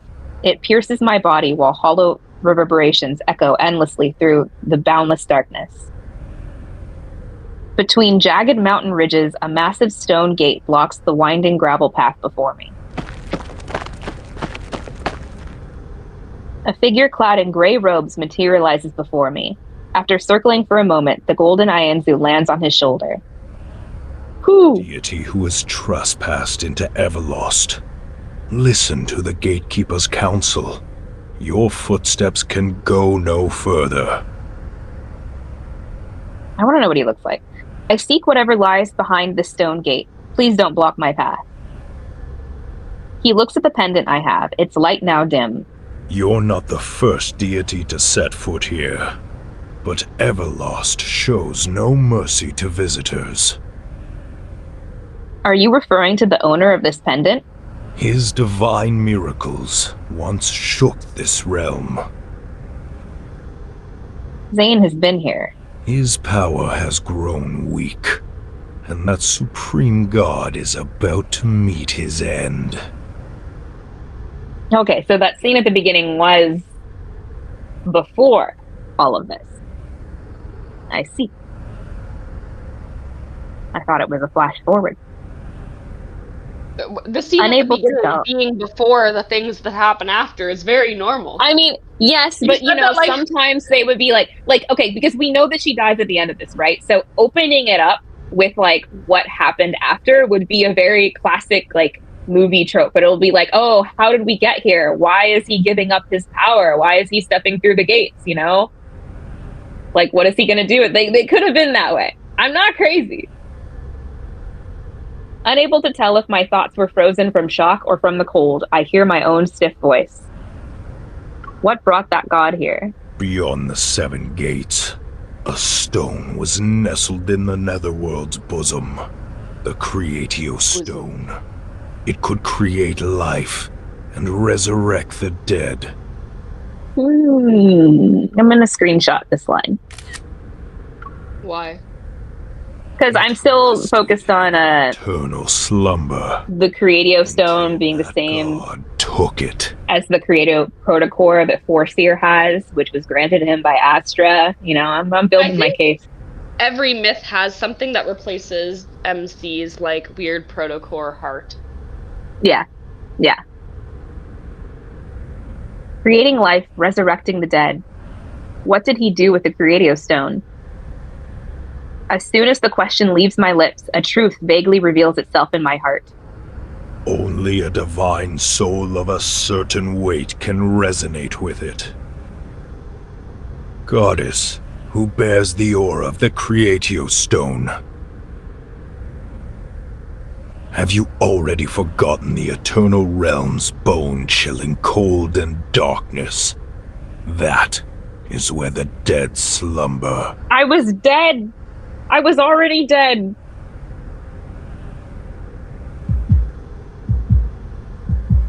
When those words fall, my heart stops for a moment. The cold that sweeps across eons drags my soul back to blurry yet vivid bloody memories. The pain one could feel in their bones at death's doorstep, the suffocating darkness. I can't remember anything else. It's fine. There's no reason to be afraid of a death that has long since passed. I steady my breathing only to realize something. Zayne, he knows how I died. That's why he resurrected me. It seems our fates were already intertwined long before our first meeting in Niava. What price did he pay? The Creatio Stone is precious. When he took it, he must have paid an equivalent price. I could almost see the heavy stone gate slowly open. That familiar figure enters without any hesitation. Zayne, what price did he pay to resurrect me? What did he lose? The gray figure's sighs are like the murmurs in one's sleep, a lament sung for those who never return. Goddess who has been resurrected, if you dare to endure the gaze of each stone gate and withstand the erosion of darkness, I can let you witness it with your own eyes. The past that has long been obliterated. I'm willing. The bird does not think this is a good idea.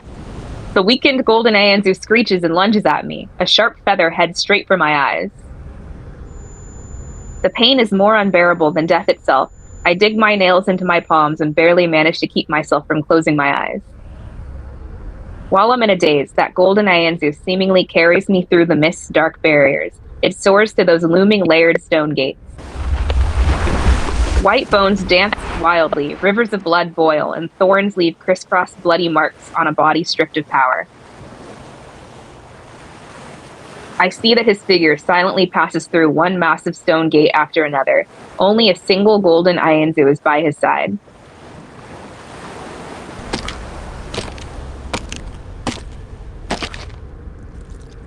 Warm blood splashes onto colorful flowers that rest on the countless bone fragments beneath his feet. It's quickly absorbed. Countless greedy whispers echo around his ears. They wait for the moment he falls so that they can devour him.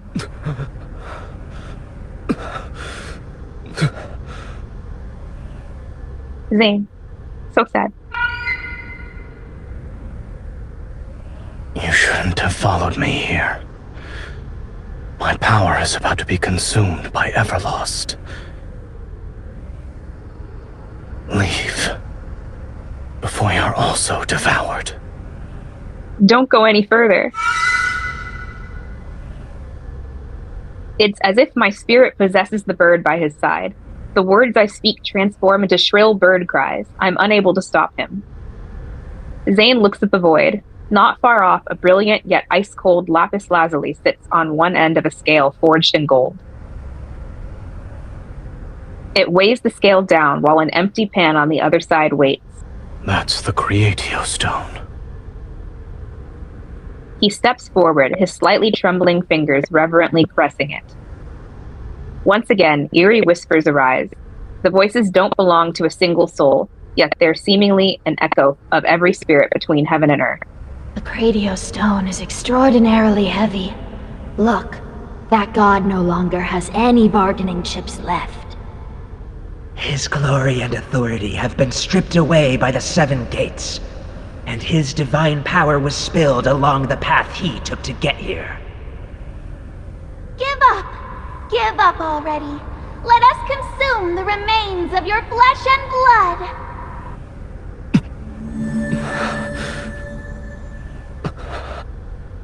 His remaining power coalesces in his hand. He places this faint glimmer on the other side of the scale, yet the beam doesn't budge. It's not enough. It's not enough. Nothing is more precious than the Creatio Stone. In his palm, a mass of fresh blood swirls like crimson mist to become another weight on the scale. The golden beam tilts ever so slightly before returning to its original position. That's enough, Zayne. My words can only become the Anzu's mournful cries. Then his hand moves to his own heart. Radiant light illuminates the vast netherworld. When the heaviest object from his body falls upon the pan, the balance tilts. Is that the heaviest object from your body? What's the heaviest organ in your body? What did they say? Your head.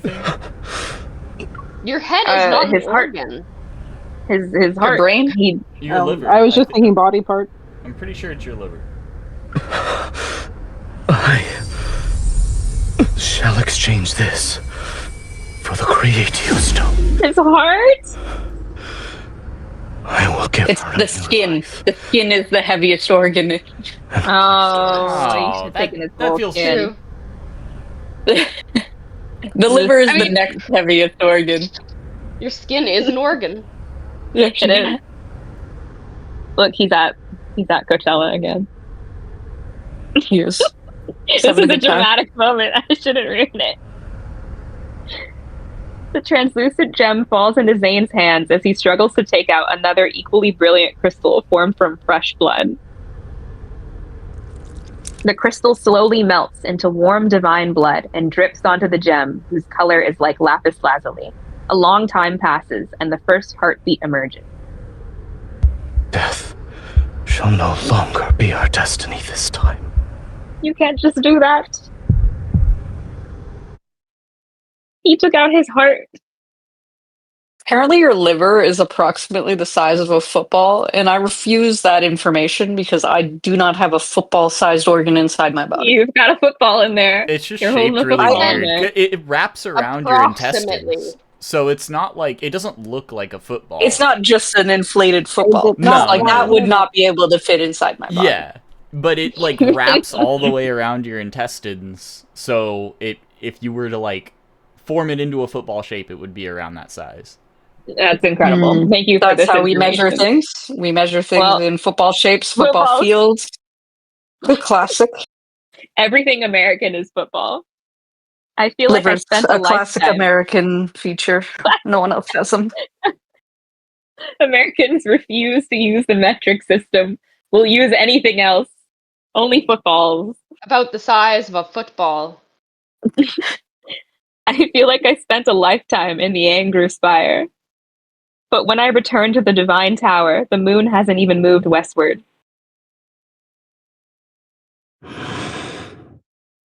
He's still sleeping. He doesn't even know. Carefully placing the pendant back, I can't help but gently smooth his slightly furrowed brow. He gave everything he could. He gave everything he could give to secure a future where I could survive, to construct a world where I could find shelter. Now, this world is in danger, and I will perish along with it. I'm certain he shall pay another devastating price to save me. I used to be sad before. It seemed like you didn't care about me and wanted to do everything that could make me angry. But now, Zayne, I regret it.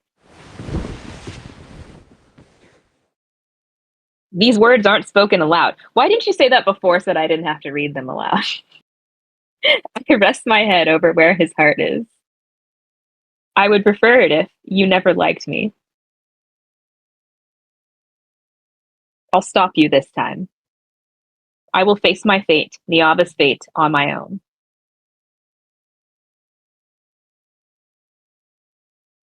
However, the Anger Spire didn't exactly tell me what Zayne plans to do. I racked my brain for many days and secretly made preparations to the best of my ability. Although I wish Zayne was more straightforward and told me everything, he never gave me the answer I wanted, no matter how I tried to probe indirectly. So when Zayne suddenly invited me to go to the Vastrian, that day has arrived. A premonition of separation and indescribable melancholy welled up in my heart, but I put on a carefree smile. All right, let's go.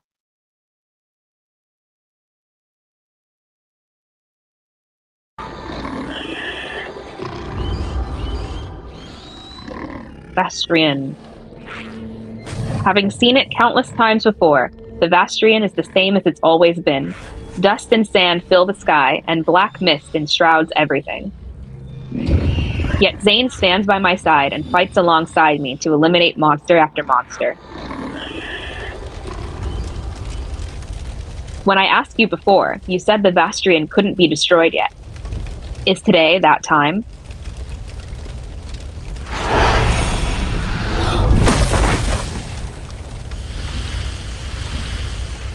A monster is destroyed because of Zayne's attack, and he turns to hand me When you fought the monsters a strangely shaped crystal.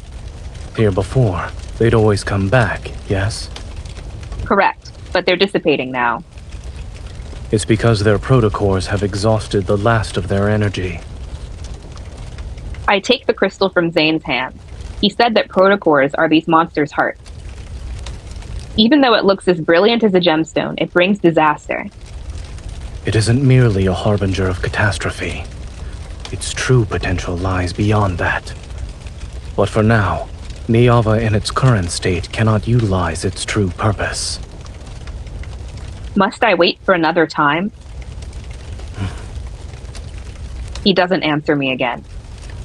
I take a deep breath and channel the small flame of frustration rising in my heart into my sword. I slash the next monster. Yeah. Yes. This background is also from Sea of Golden Sand. Oh my god!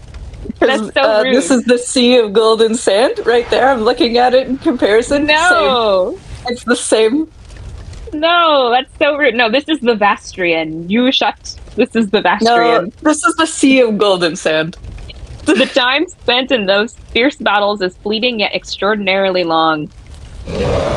Fleeting but long. The last monster is annihilated. In the blink of an eye, the black mist and thorns vanish. Now we're in the Golden Sands, yeah. But the corrupted land that once brought countless disasters to Niava is seemingly swallowed up by an invisible vortex. I should feel a sense of relief, yet the heavy feeling in my heart hasn't lessened in the slightest. The ground violently shakes, and our surroundings ripple with invisible waves. They grow larger and larger until the first crack appears at their center.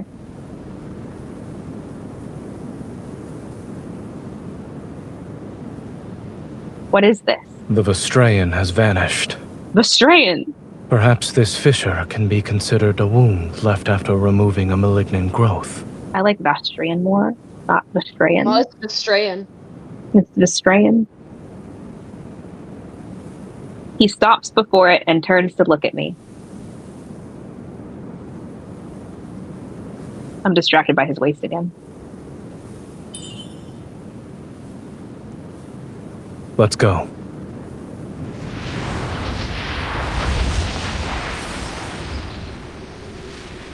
The evening breeze stirs up a gentle, harmonious rustle amongst the trees. A stream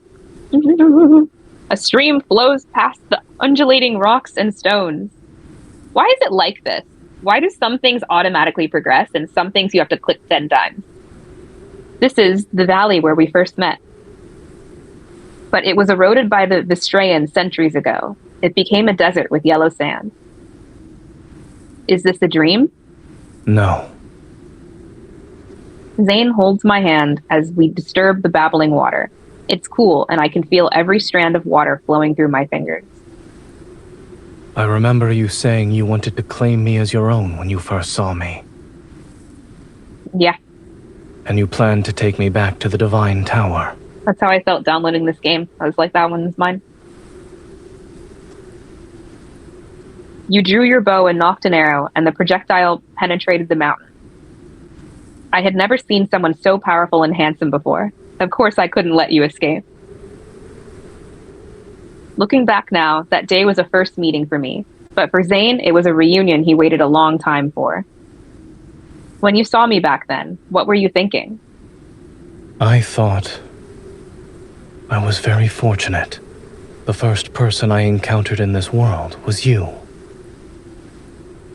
Was seeing a beautiful goddess fall from the sky an unforgettable experience? That beautiful goddess was preoccupied with gawking at me.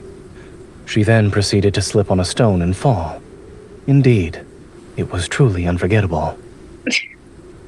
MC was just like, hot damn. Wow, look at that man just falling over herself. ...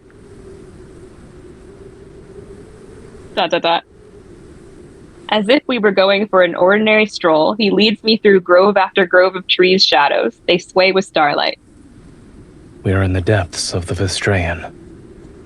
If we go through here, where will we find ourselves? Do you want to know? Why I fucking asked. I don't. I stop in my tracks and tightly grip his hand. If we reach the end of this world, he might leave me. I want to stay here. I don't want to go anywhere. Then let's stay. I also don't want to go anywhere. We just stay in the Vestrayan forever. The end.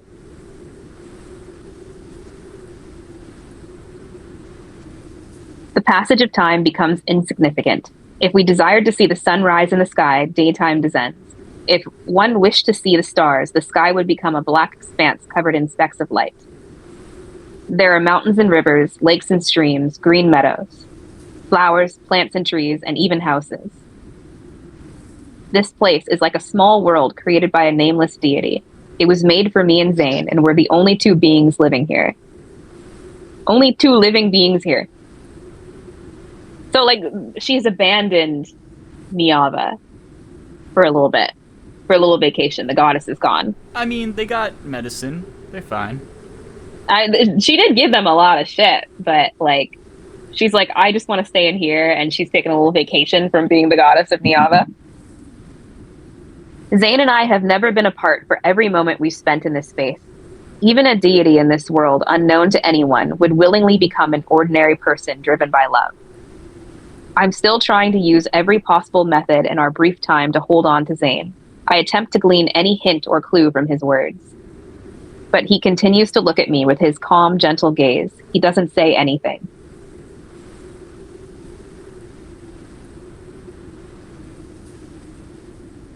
This is for you.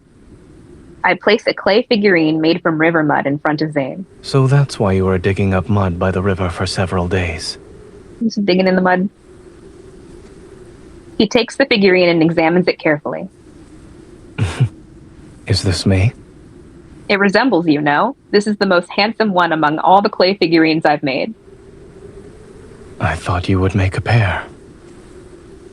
I actually did try to do that, but I kept breaking. Oh, it's so sad. I remember how you used to heal my wounds.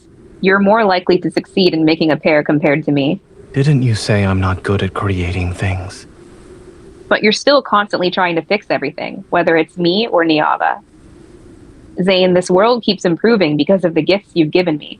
It has absorbed the nourishment from those facets of civilization. You're the one who made it a wonderful place. This world will no longer need Zayne. I need you. I need Zayne. Our surroundings are quiet for a moment.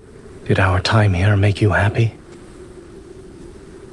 If it were possible, I'd wish everything was like this for all of eternity. If it were possible, would you be willing to stay here for all of eternity? I nod. Then I shake my head. We both have things we must do. You're going to leave. Am I mistaken? Your Niava is akin to a plump seed that has already stored enough nutrients. Zayne avoids my gaze as a phantasmal seed appears in his palm. However, now is not the time to plant it. In a place that's infinitesimally far from this world, there are errors I must erase. He closes his palm, and when he opens it again, golden light has gently enveloped the seed. The proper soil shall only appear when those errors are gone. Only then will this seed break through the soil, sprout, and grow. The time you spend in Niava will seemingly last an eternity. You'll be happy. Those distant grand stories leave his lips as if they were a single leaf gently falling. Yet the weight they have in my heart is heavier than the mountains. So that's what you need to do. I sweep away the phantasmal seed and force my voice to remain steadfast. You'll protect Niava and me so that nothing can get through, and you'll face the dangers and death yourself. Is that it? Why would you think I could accept your sacrifice and devotion with a clear conscience? I'm sorry. But even if it is selfish, I shall always make the same choice. He presses down on my hand. As golden light flickers, an object emerges from beneath our overlapping palms. The Destiny Stone. Panic floods my heart. I struggle desperately to break free, but my body won't move. Zayne, if you erase your name from the Destiny Stone, you'll disappear forever and never be able to return to Niava. Familiar golden light pours out from between our intertwined fingers, and the power within my body surges. On the black stone tablet surrounded by golden radiance, Zayne's name is being erased bit by bit. No! No! You promised to carve your name. You were the one who wanted me to stay by your side forever. He looks at me carefully. His focused gaze makes me feel as if he wants to etch my appearance into his memories before fading away. From now on, this world no longer needs me. What the fuck? Rip Zayne. I'll carve it in myself. I rushed back to the Divine Tower using the shortest amount of time. Unsurprisingly, the Anger Spire has disappeared with its master. He's fucking gone! My footsteps echo through the vast hall, yet when I realize I'm the only one in this tower, An enormous emptiness engulfs me. It's like Zayne had never existed. This is just like the main story. He's always fucking off. He's like, I gotta go. That's who he is. You know what else this is like? This is like the sea of golden sand. Where at the end, Raph erases MC's memories so that she forgets about him because he has to leave. No, and then don't talk about him. This is they just repackaged Sea of Golden Sand. No, They're that's reusing all the untrue. backgrounds. No, that's untrue. You shut up. Enormous emptiness engulfs me. It shouldn't be like this. It can't be like this. Girl, carve his name in. Go to the Destiny Stone. Write it back in. I catch a glimpse outside. I stop and look at it in disbelief.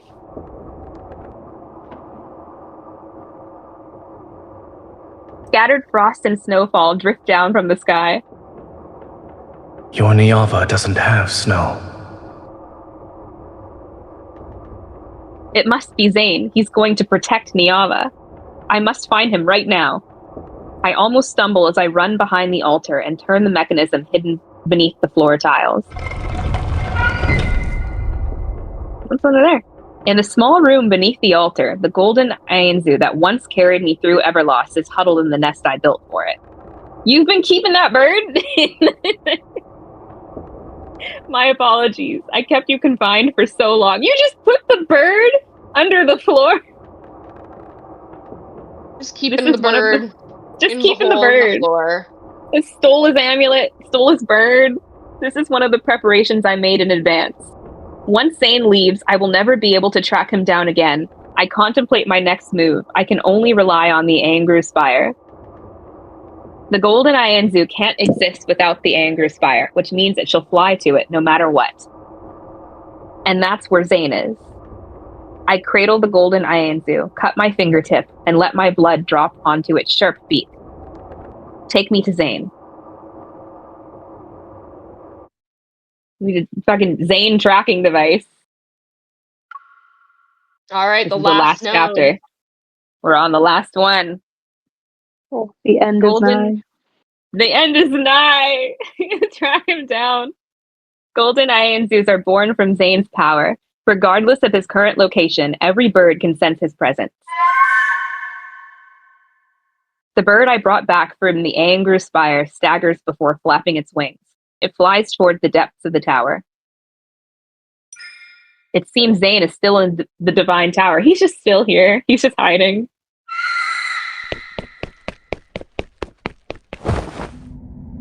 When my foot touches emptiness, the sensation of weightlessness follows. Oh.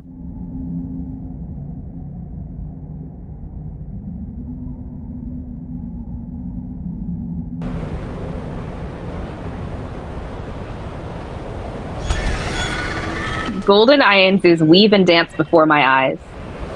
The sight doesn't surprise me, but there's no river paved with golden dust this time. The rapid descent doesn't cease. Golden threads from the birds' mouths crisscross, interweave, and extend into fragmented images. My snow won't melt. That is modern Zayne. Promise me you won't cry anymore. Follow the jasmine's fragrance. These scenes without order or causality spread out before me. Piece by piece, they form the faces of me and Zayne. In the depths of my soul, a corner that was never touched has already loosened. Now they shall never wilt to save him from darkness. He's immobilized. Sanctuary amidst rime and gale. Stay away from me again. Oh, shit. Reach the world once more. He's immobilized by black ice crystals. He's holding an umbrella beside an ancient tree. He's in a field of white flowers. He's in an endless expanse of thorns. He's under a green aurora. He's in front of a gravestone in a cemetery. There's so many different things.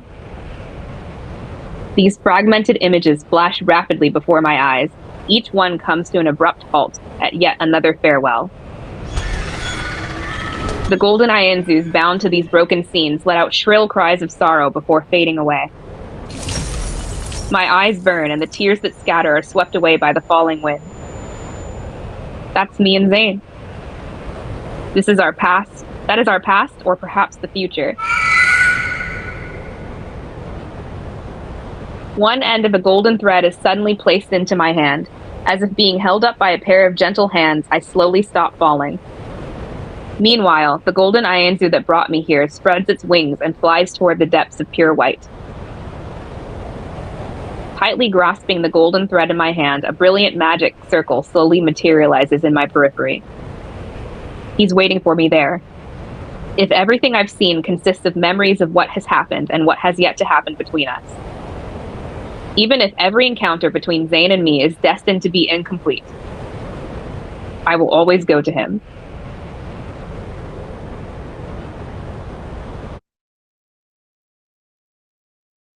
They're doomed. My gaze, overwhelmed by light, slowly recovers, yet I feel like a suspended wisp in this overly bright white room. Zayne is standing in front of more than 10 tablets made of materials I've never seen before. Images I don't understand flicker across them. Where are we? I think those might be actual tablets. And he's got tablets. He's got iPads in here. Yeah. What's he doing with all these iPads? He's here, but he can't see me. Ingru, perform another calculation. I have received the command. Conducting calculation attempt number 271,828. Are you fucking kidding me? The Angru Spire is a supercomputer? No way. AI. It's AI! AI The images Ingru. on Angru Spire! It was AI the whole time. The images on the tablets change rapidly in silence. Countless calculations flow across them. Route Z0905 has been successfully calculated. Beginning simulation of Route Z0905 solution. This He is just has that the computer? Doctor Strange thing. He's just He doing is the Doctor calculations. Strange. It's Doctor Strange. He already had God. his geometry Successful magic, pathway his exists. geometry Doctor Strange magic, and now he's calculating all possible outcomes. We joked about the geometry, but it It's seems real. like that was real. The geometry was real. And Doctor Strange is also an actual doctor. Determined plan you. I think he's just Doctor Strange. Doctor Strange. Life forms is necessary. Doctor Strange was also the greatest surgeon ever known. So, Oh my gosh. Wasn't Doctor Strange also like, invented a heart medicine. surgeon? he was, I think, yeah. And has like fucked up hands because that's why he had to stop doing surgery because of his Yeah. hands. Yeah. He's just Doctor Strange. I love Doctor Strange. The 271,828th calculation has been completed. All pathways converge on the same result. The margin of error is 0.0000000. There's only one outcome where they are together. And he's There's got to only align one. it perfectly. Just like in the Avengers. It's like in Avengers Endgame. No way. They have a plot of Avengers Endgame exactly. Don't laugh at my man. This is a beautiful moment. This is big reveal. The best part about this is like, you know, just the communities in general are out here about Zayne's like plagiarism of other like allies, but that's not even it's just Marvel. We are just copying Marvel at this point. It has nothing to do with the other allies. You know what else they have in common? The pendant. Oh my god. You can keep finding them. I should have played this alone so that I could enjoy it without you guys insulting Zayne. That won't be necessary. He lowers his gaze. His fingers trace those cold images before finally falling to his side in silence. In all the time we spent together, I've never seen Zayne reveal a complex, indescribable expression. My heart feels as though it's being squeezed by an invisible hand.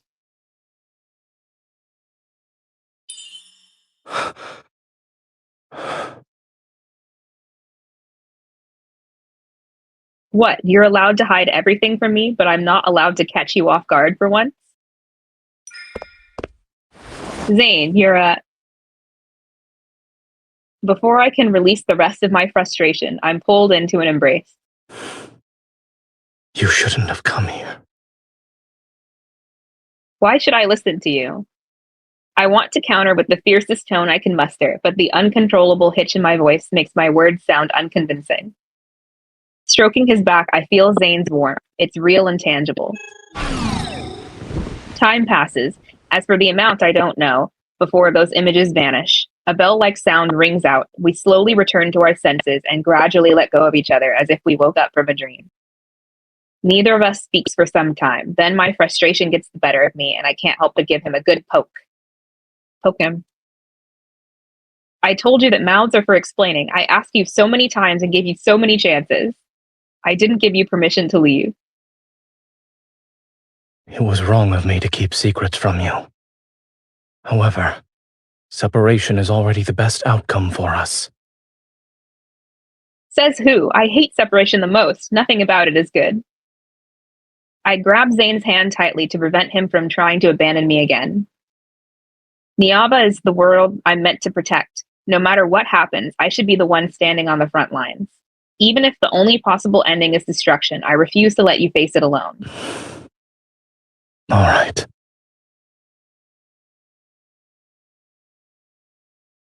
Then stay here with me. I breathe a sigh of relief and take in the strange, mysterious scenery around us. Are these the errors you mentioned, the ones that need to be erased? It's not just these. Zayne traces a faint pattern in the air. 2 circles, each a different color, yet partially overlapping, immediately appear. This world exists separately from the a Zayne diagram? coexist within the same universe. The fate of destruction has already descended here. It won't be long until it has no connection to Niava. He cuts through the boundary connecting the 2 circles. The black circle gradually disappears without a trace. Only the golden circle is left behind. Thus, the last connection between Niava and this world will be severed like that. Ah. If it disappears, then Niava won't be destroyed? Something to that effect. As for where we are at the moment, you may think of this place as my divine tower. His divine tower is a science lab with 10 tablets.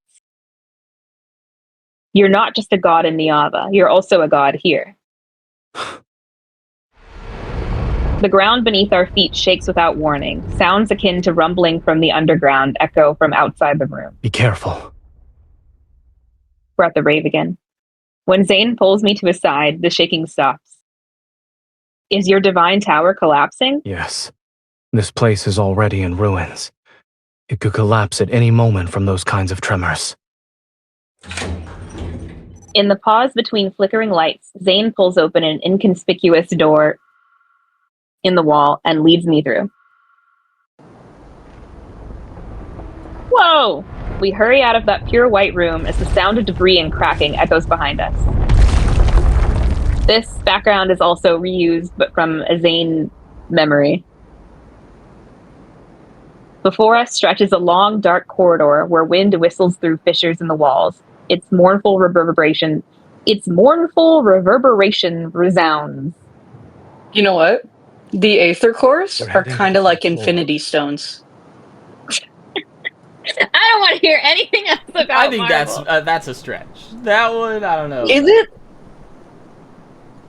I don't That's what want they're any doing. Marvel. They're going around collecting cores. We need to disrupt the magical array there. Only by completing the separation of the 2 worlds can the Angru Spire reconnect with Niava. I don't know, what 2 worlds are we trying to separate here? I don't know. You're the one who's supposed to be following most deeply. I'm trying. I don't know what we're doing anymore in this story. I think like a lot yes? of people are pretty confused about the story based on what I've seen. So Yeah. I've got everything except for the separation of the worlds, because he's like, we'll separate it and then we'll also rejoin it, and the overlapping circles. He takes my hand and begins walking through the dim corridor. You and him, their worlds have to be separated, right? Maybe? They can't be together. I think that's the gist of it, yeah. But then she's like, I'm staying. And he's like, okay, you can stay here, and then we'll separate the circles, and Niava will be fine as long as it's, like, separated. But, like, separated from what? You know? Like, what do you mean just separated? Like, cut its ties to the rest of every reality? Make it just, like, be floating? I don't know. Along both sides of the passageway, there are flickering lights that barely illuminate our surroundings. Everything is dilapidated and decayed, as if it has suffered through chaos or an instance of ransacking in the past. She's not commenting on, like, the way this looks. I don't know what my foot touched, but the wall in front of me suddenly flashes with scenes I've never seen before. My lord, why do you no longer show us mercy? You have already seen us in the ruins. If even you have abandoned us, then is there anything left for us to believe in? Are we not devout enough? Have you decided to stop answering our prayers? Save me! My lord, I don't want to die like this! The sounds from the images on the wall reverberate against my eardrums. Shocked, I grab Zayne and stop in my tracks. And all those angry, desperate, anguished faces turn towards the same person. Zayne, They once claimed this world as their own. There are more secrets hidden behind his straightforward words, and the fragmented light casts shadows across Zayne's profile. Do you want to continue listening to this story? It might be a tale that will tell me what I've always wanted to know, everything about him. If it's about you, I want to hear it. All right. Each display cycles through different images repeatedly. The nearest one shifts. Countless transparent tubes are arranged in neat rows throughout a massive room. All of them have symbols I can't understand. In this world, humans had no names, only numbers. But Those individuals pursued maximum efficiency and discarded everything they deemed useless or detrimental to their world's progress. They worshipped the principles that would make this place perfect. the principles. Are they similar to the water management, land reclamation, calendars, and mathematics you taught me back in Niava? Do we have to list all the things like that? So was he, like, he wasn't giving her gifts, like, as a god. He was, like, studying them and then giving her, like, the gift of knowledge from his supercomputer? I think so. It kind of seems like that. Yeah, I mean, that's what it sounds like. I don't know. It's very much like your Niava. So, the gods used their principles to bring their world longer lifespans and endless happiness. In the next image, healthy children grow up and the gravely ill recover quickly. People took much longer to reach old age and die. Time passed, and in the eyes of humans, gods were omnipotent beings who granted every request. So eventually, they demanded eternal life. I remember the day Zayne taught me those medical principles and the small plant that died in his hands. The gods didn't respond to their request. In other words, what they wanted was something this world couldn't support yet. Wishes went unfulfilled. Only shattered hopes and disasters arrived. To humanity, the gods became bringers of obliteration. We can't stay here any longer. We need to go, now. He takes my hand again, but he holds it tighter this time. To the corridor. I watch as the thin tubes in the display disappear. They're replaced by images of crystal stones, one after another. There, humans who ignored the warnings cheer for those beautiful crystals. The images on the corridor's walls continue to shift. Humans pursue principles that exceeded the world's capacity to sustain it. This is important to the main story because Zayne is really upset that Ever is pursuing immortality. Like, he's really upset that they use the things that he has researched and manipulate that research into a pursuit of immortality and, like, healing people artificially using protocors. So I guess this is similar. but it only accelerated their world's race toward irreversible destruction with greater clarity and speed. Natural disasters and human calamities played out in endless succession. With nowhere left to turn, people remembered the gods of yore. They gathered to angrily accuse those deities, mournfully pray to them, and humbly beg for mercy. Day after day, this facility was surrounded by humans desperately hoping for salvation. When the blizzard arrived, they finally realized they could no longer receive divine protection. They turned and left, their footsteps disappearing into the apocalyptic snow that had never stopped falling since it began. Then, my face flashes briefly across the display. Even though I learned about my past fate in Everlost, seeing my face there still leaves me feeling disoriented. I don't stop to ask Zayne about it. My past death must certainly be a memory that Zayne never wants to revisit. Let it remain buried in this tomb. Reaching the end of the corridor, it feels as though I've finished reading the entire lifetime of this world. I don't feel like I've read the entire lifetime of this world. I'm confused. I'm lost. The door leading to the building's top floor is right in front of us. Push.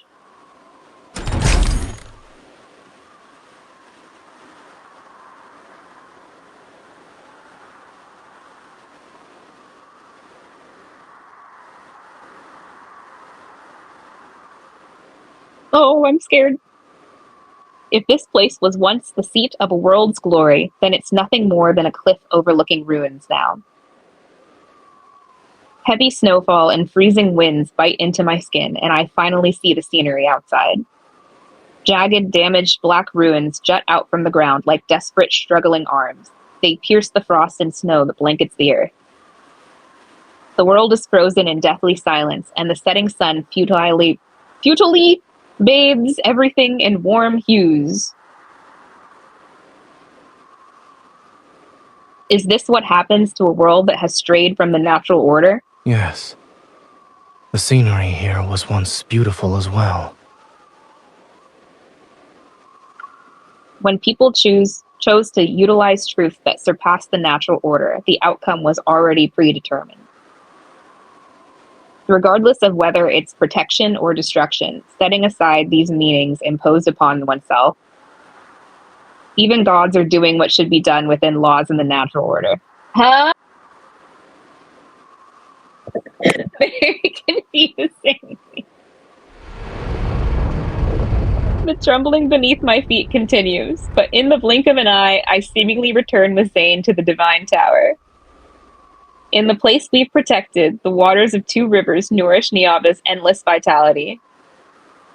When the enormous sun gently sinks towards the horizon, the dry evening wind carries the sweet fragrance of dates and songs from the city gates. I calculated every possible outcome, but it has already strayed too far down the path of an erroneous natural order. Well, isn't that your fault? You gave them all that technology. His calm voice pulls me back to reality. I don't have any regrets. However, within this incorrect order exists a single variable. What is? Accompanied by violent trembling beneath my feet, a massive magical array unlike anything I've ever seen manifests. This is the final connection point between Niava and this world.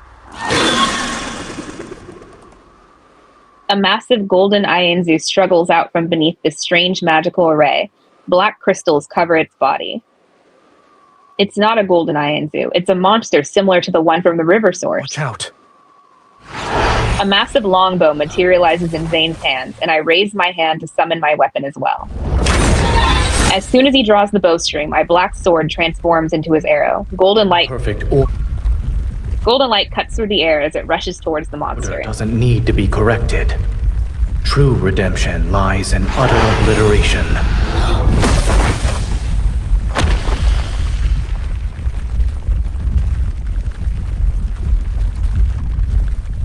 After the giant bird-like creature falls, black energy fragments drift down, reminiscent of Calamity's ashes burying an old world.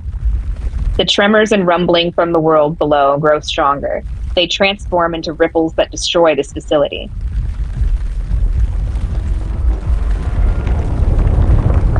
Zayne, is It over? Yes. So Niava say it. The pungent scent of blood fills my nostrils as Zayne's blood-stained figure appears. The anger spire activates in his hands as a familiar golden magic circle projects beneath our feet.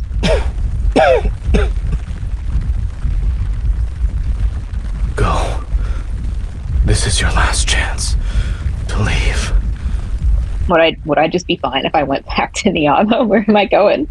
You're telling me to go back to Niava alone? You liar. Zayne, you liar. You never planned to leave with me from the start. You are correct about one thing. I only know how to bring about ruin, so I truly am unskilled at creation. The severance is complete. This world will no longer corrupt Niava, and it won't drag it down into the abyss. After this, your Niava can peacefully wait in the universe.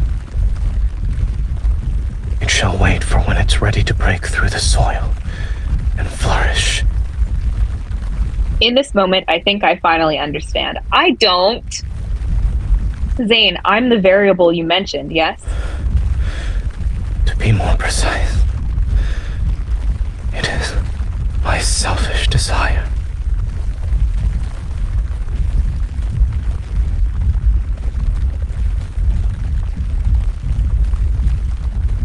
If gods have selfish desires, then he must want his beloved to live.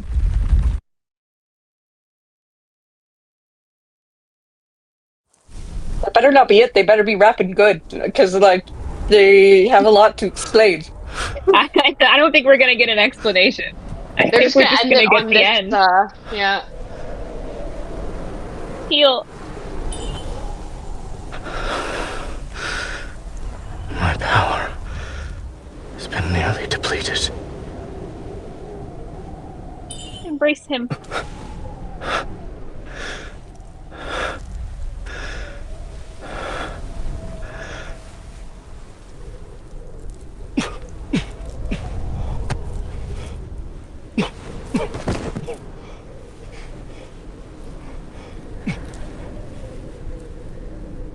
Fortunately, yes, we still have time to watch this sunset.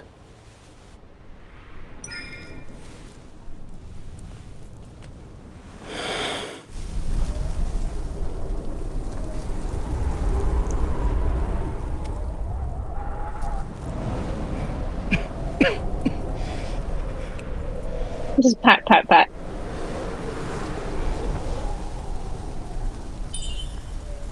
So that's how this world's final sunset looks. A snowflake. It's very beautiful.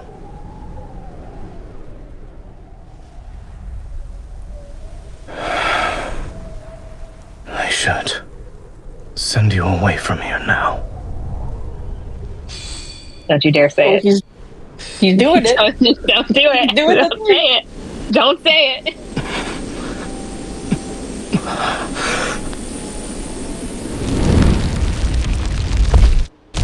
Oh, man.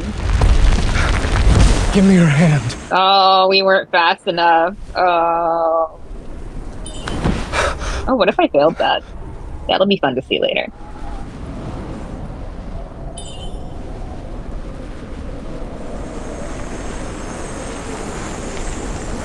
Oh, what did I say? Even if it costs me everything, I shall be the one to protect you this time.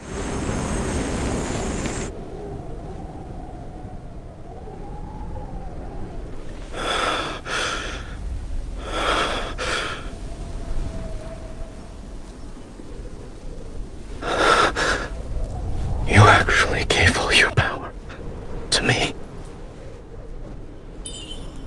You've already given me so much more.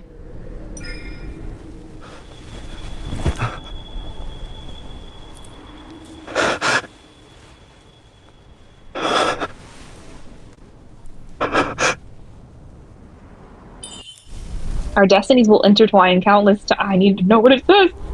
Our destinies will intertwine countless times more. I wish our next encounter could find its perfect fulfillment.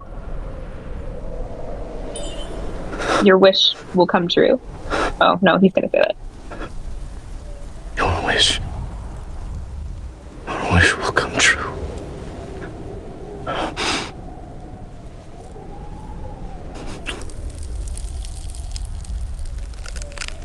Don't leave me.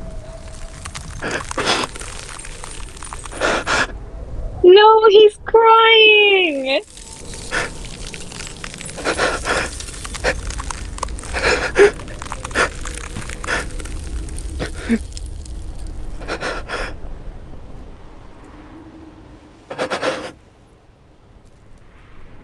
Before the snow stops,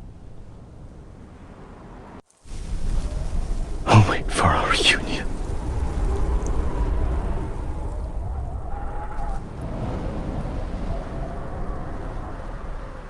No! That's it? This is the end. This is the end. That was it. As the last ray of sunlight passes over the frozen twin rivers, no one witnesses the peeling of dark blue glaze in time's winds or the crumbling of clay tablets that recorded a glorious past. No longer do devout worshippers chant the goddess's mighty name and glory, nor does anyone listen to the loving words the deity whispered into the hidden corners of the universe. Pure white swirls down from above to blanket every sound and breath of life in the world. What was once the goddess has fallen into a silence more enduring than death itself. Within the cold and quiet, she waits for the next reunion with her beloved. At the end of the tower's long staircase, the Anger Spire erupts with brilliant radiance, and that light instantly devours the goddess's dwelling. The divine tower collapses and shall become one of countless golden threads within the Anger Spire. The lonely deity will also step into eternity and become a silent watcher once more. Before the blinding white light fills his gaze, he turns and glances upon this world. The golden Ianzu spreads its wings, its brilliant golden feathers transforming into the wind and snow. They become as translucent as ice. Is that it? Seems like that's it. No, there's more. Oh, we're in the fractal library. It's an ordinary morning. Groggy, the administrator yawns, rubs his eyes, and pulls open the library's weathered doors from inside. Cold wind seeps through the gap. Caught off guard, he shivers. It's cold. Fixing his collar, the administrator quickly flips the closed sign over. Why is this here? He picks up the old book that somehow fell to the ground, dusts off the cover, and places it back on the shelf. The sound of footsteps fades away, and silence returns to the library. Shelves. On a book's spine, a snowflake silently melts.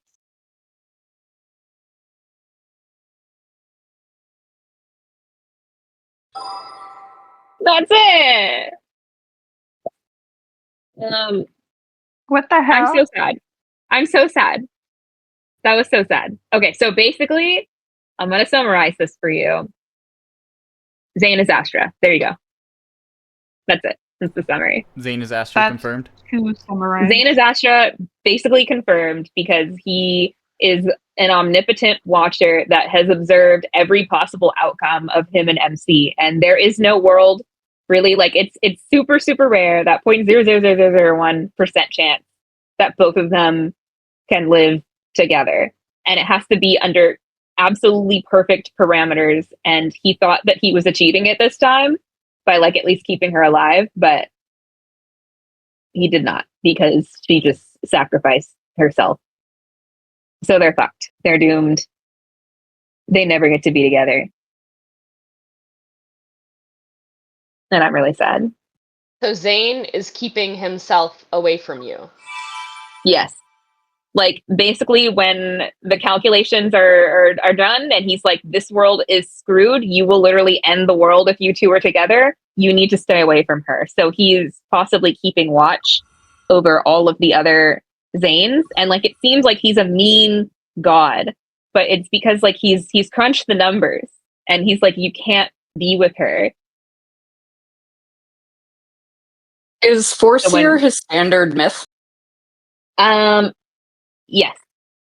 So what's interesting is I've seen speculation that Foreseer happens after this, which then has an interesting implication for all of them because Abyss Walker is also considered the future. So I do agree. I do agree that Foreseer has to be after this. I think this is where like Zayne becomes Astra as like a cruel, omnipotent force. But like if we look at Xavier, Silas, and Caleb, Silas and Caleb are like the present time, I think. But Xavier is the future, but like Xavier's past, but the future timeline.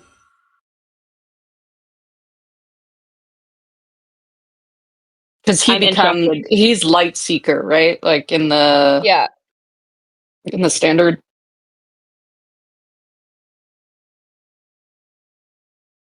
I might try to put together. I mean, for Zayne, I don't think putting together a timeline is necessarily important because we've been shown that like all the different timelines, like he doesn't work in sequential order. They are all simultaneously occurring for him, past, present, and future, because of the Spire and the Fractal Library. So like when that book falls off the shelf, is not Zayne. Like your Zayne is not any of these Zaynes. No, they're all different from each other. Yeah. They like all of like not all the characters are like this. Some of them like their myths are no, the rest current of them version all as far as I'm not clear on Caleb still. As far as I know, the rest of the myths are all the same man. Like Silas all is of the Silas. Zaynes, Wrath is just like Wrath, the sea god reincarnated. Again, like they're all the same. These Zaynes are not the same. Your Zayne is they're not not the this same. Zayne. They're all different. They all have their own personalities and talents a little bit. Like essentially at their core, they are Zayne, but they are not the same Zayne. They are all different Zaynes and they exist at the same time because they are just different threads of the universe. Which is really interesting. But it makes this sad because this is the Zayne that is poking his fingers into all the other Zayne's realities, and like they feel like this god is manipulating them and like bringing them misery, but he's trying to protect MC from pain and protect her worlds from collapsing because he is the one who keeps collapsing her worlds. I'll have to think about it some more, write my thoughts down. I really like this. I don't want to hear anything about Doctor Strange. I don't want to hear it. We're gonna make a super cut. I'm not doing that. I won't be participating in that. Of all the Doctor Strange moments. Oh, we knew she was gonna die, and I'm still sad anyway because there were actual tears rolling down his cheeks, and I find that to be so tragic.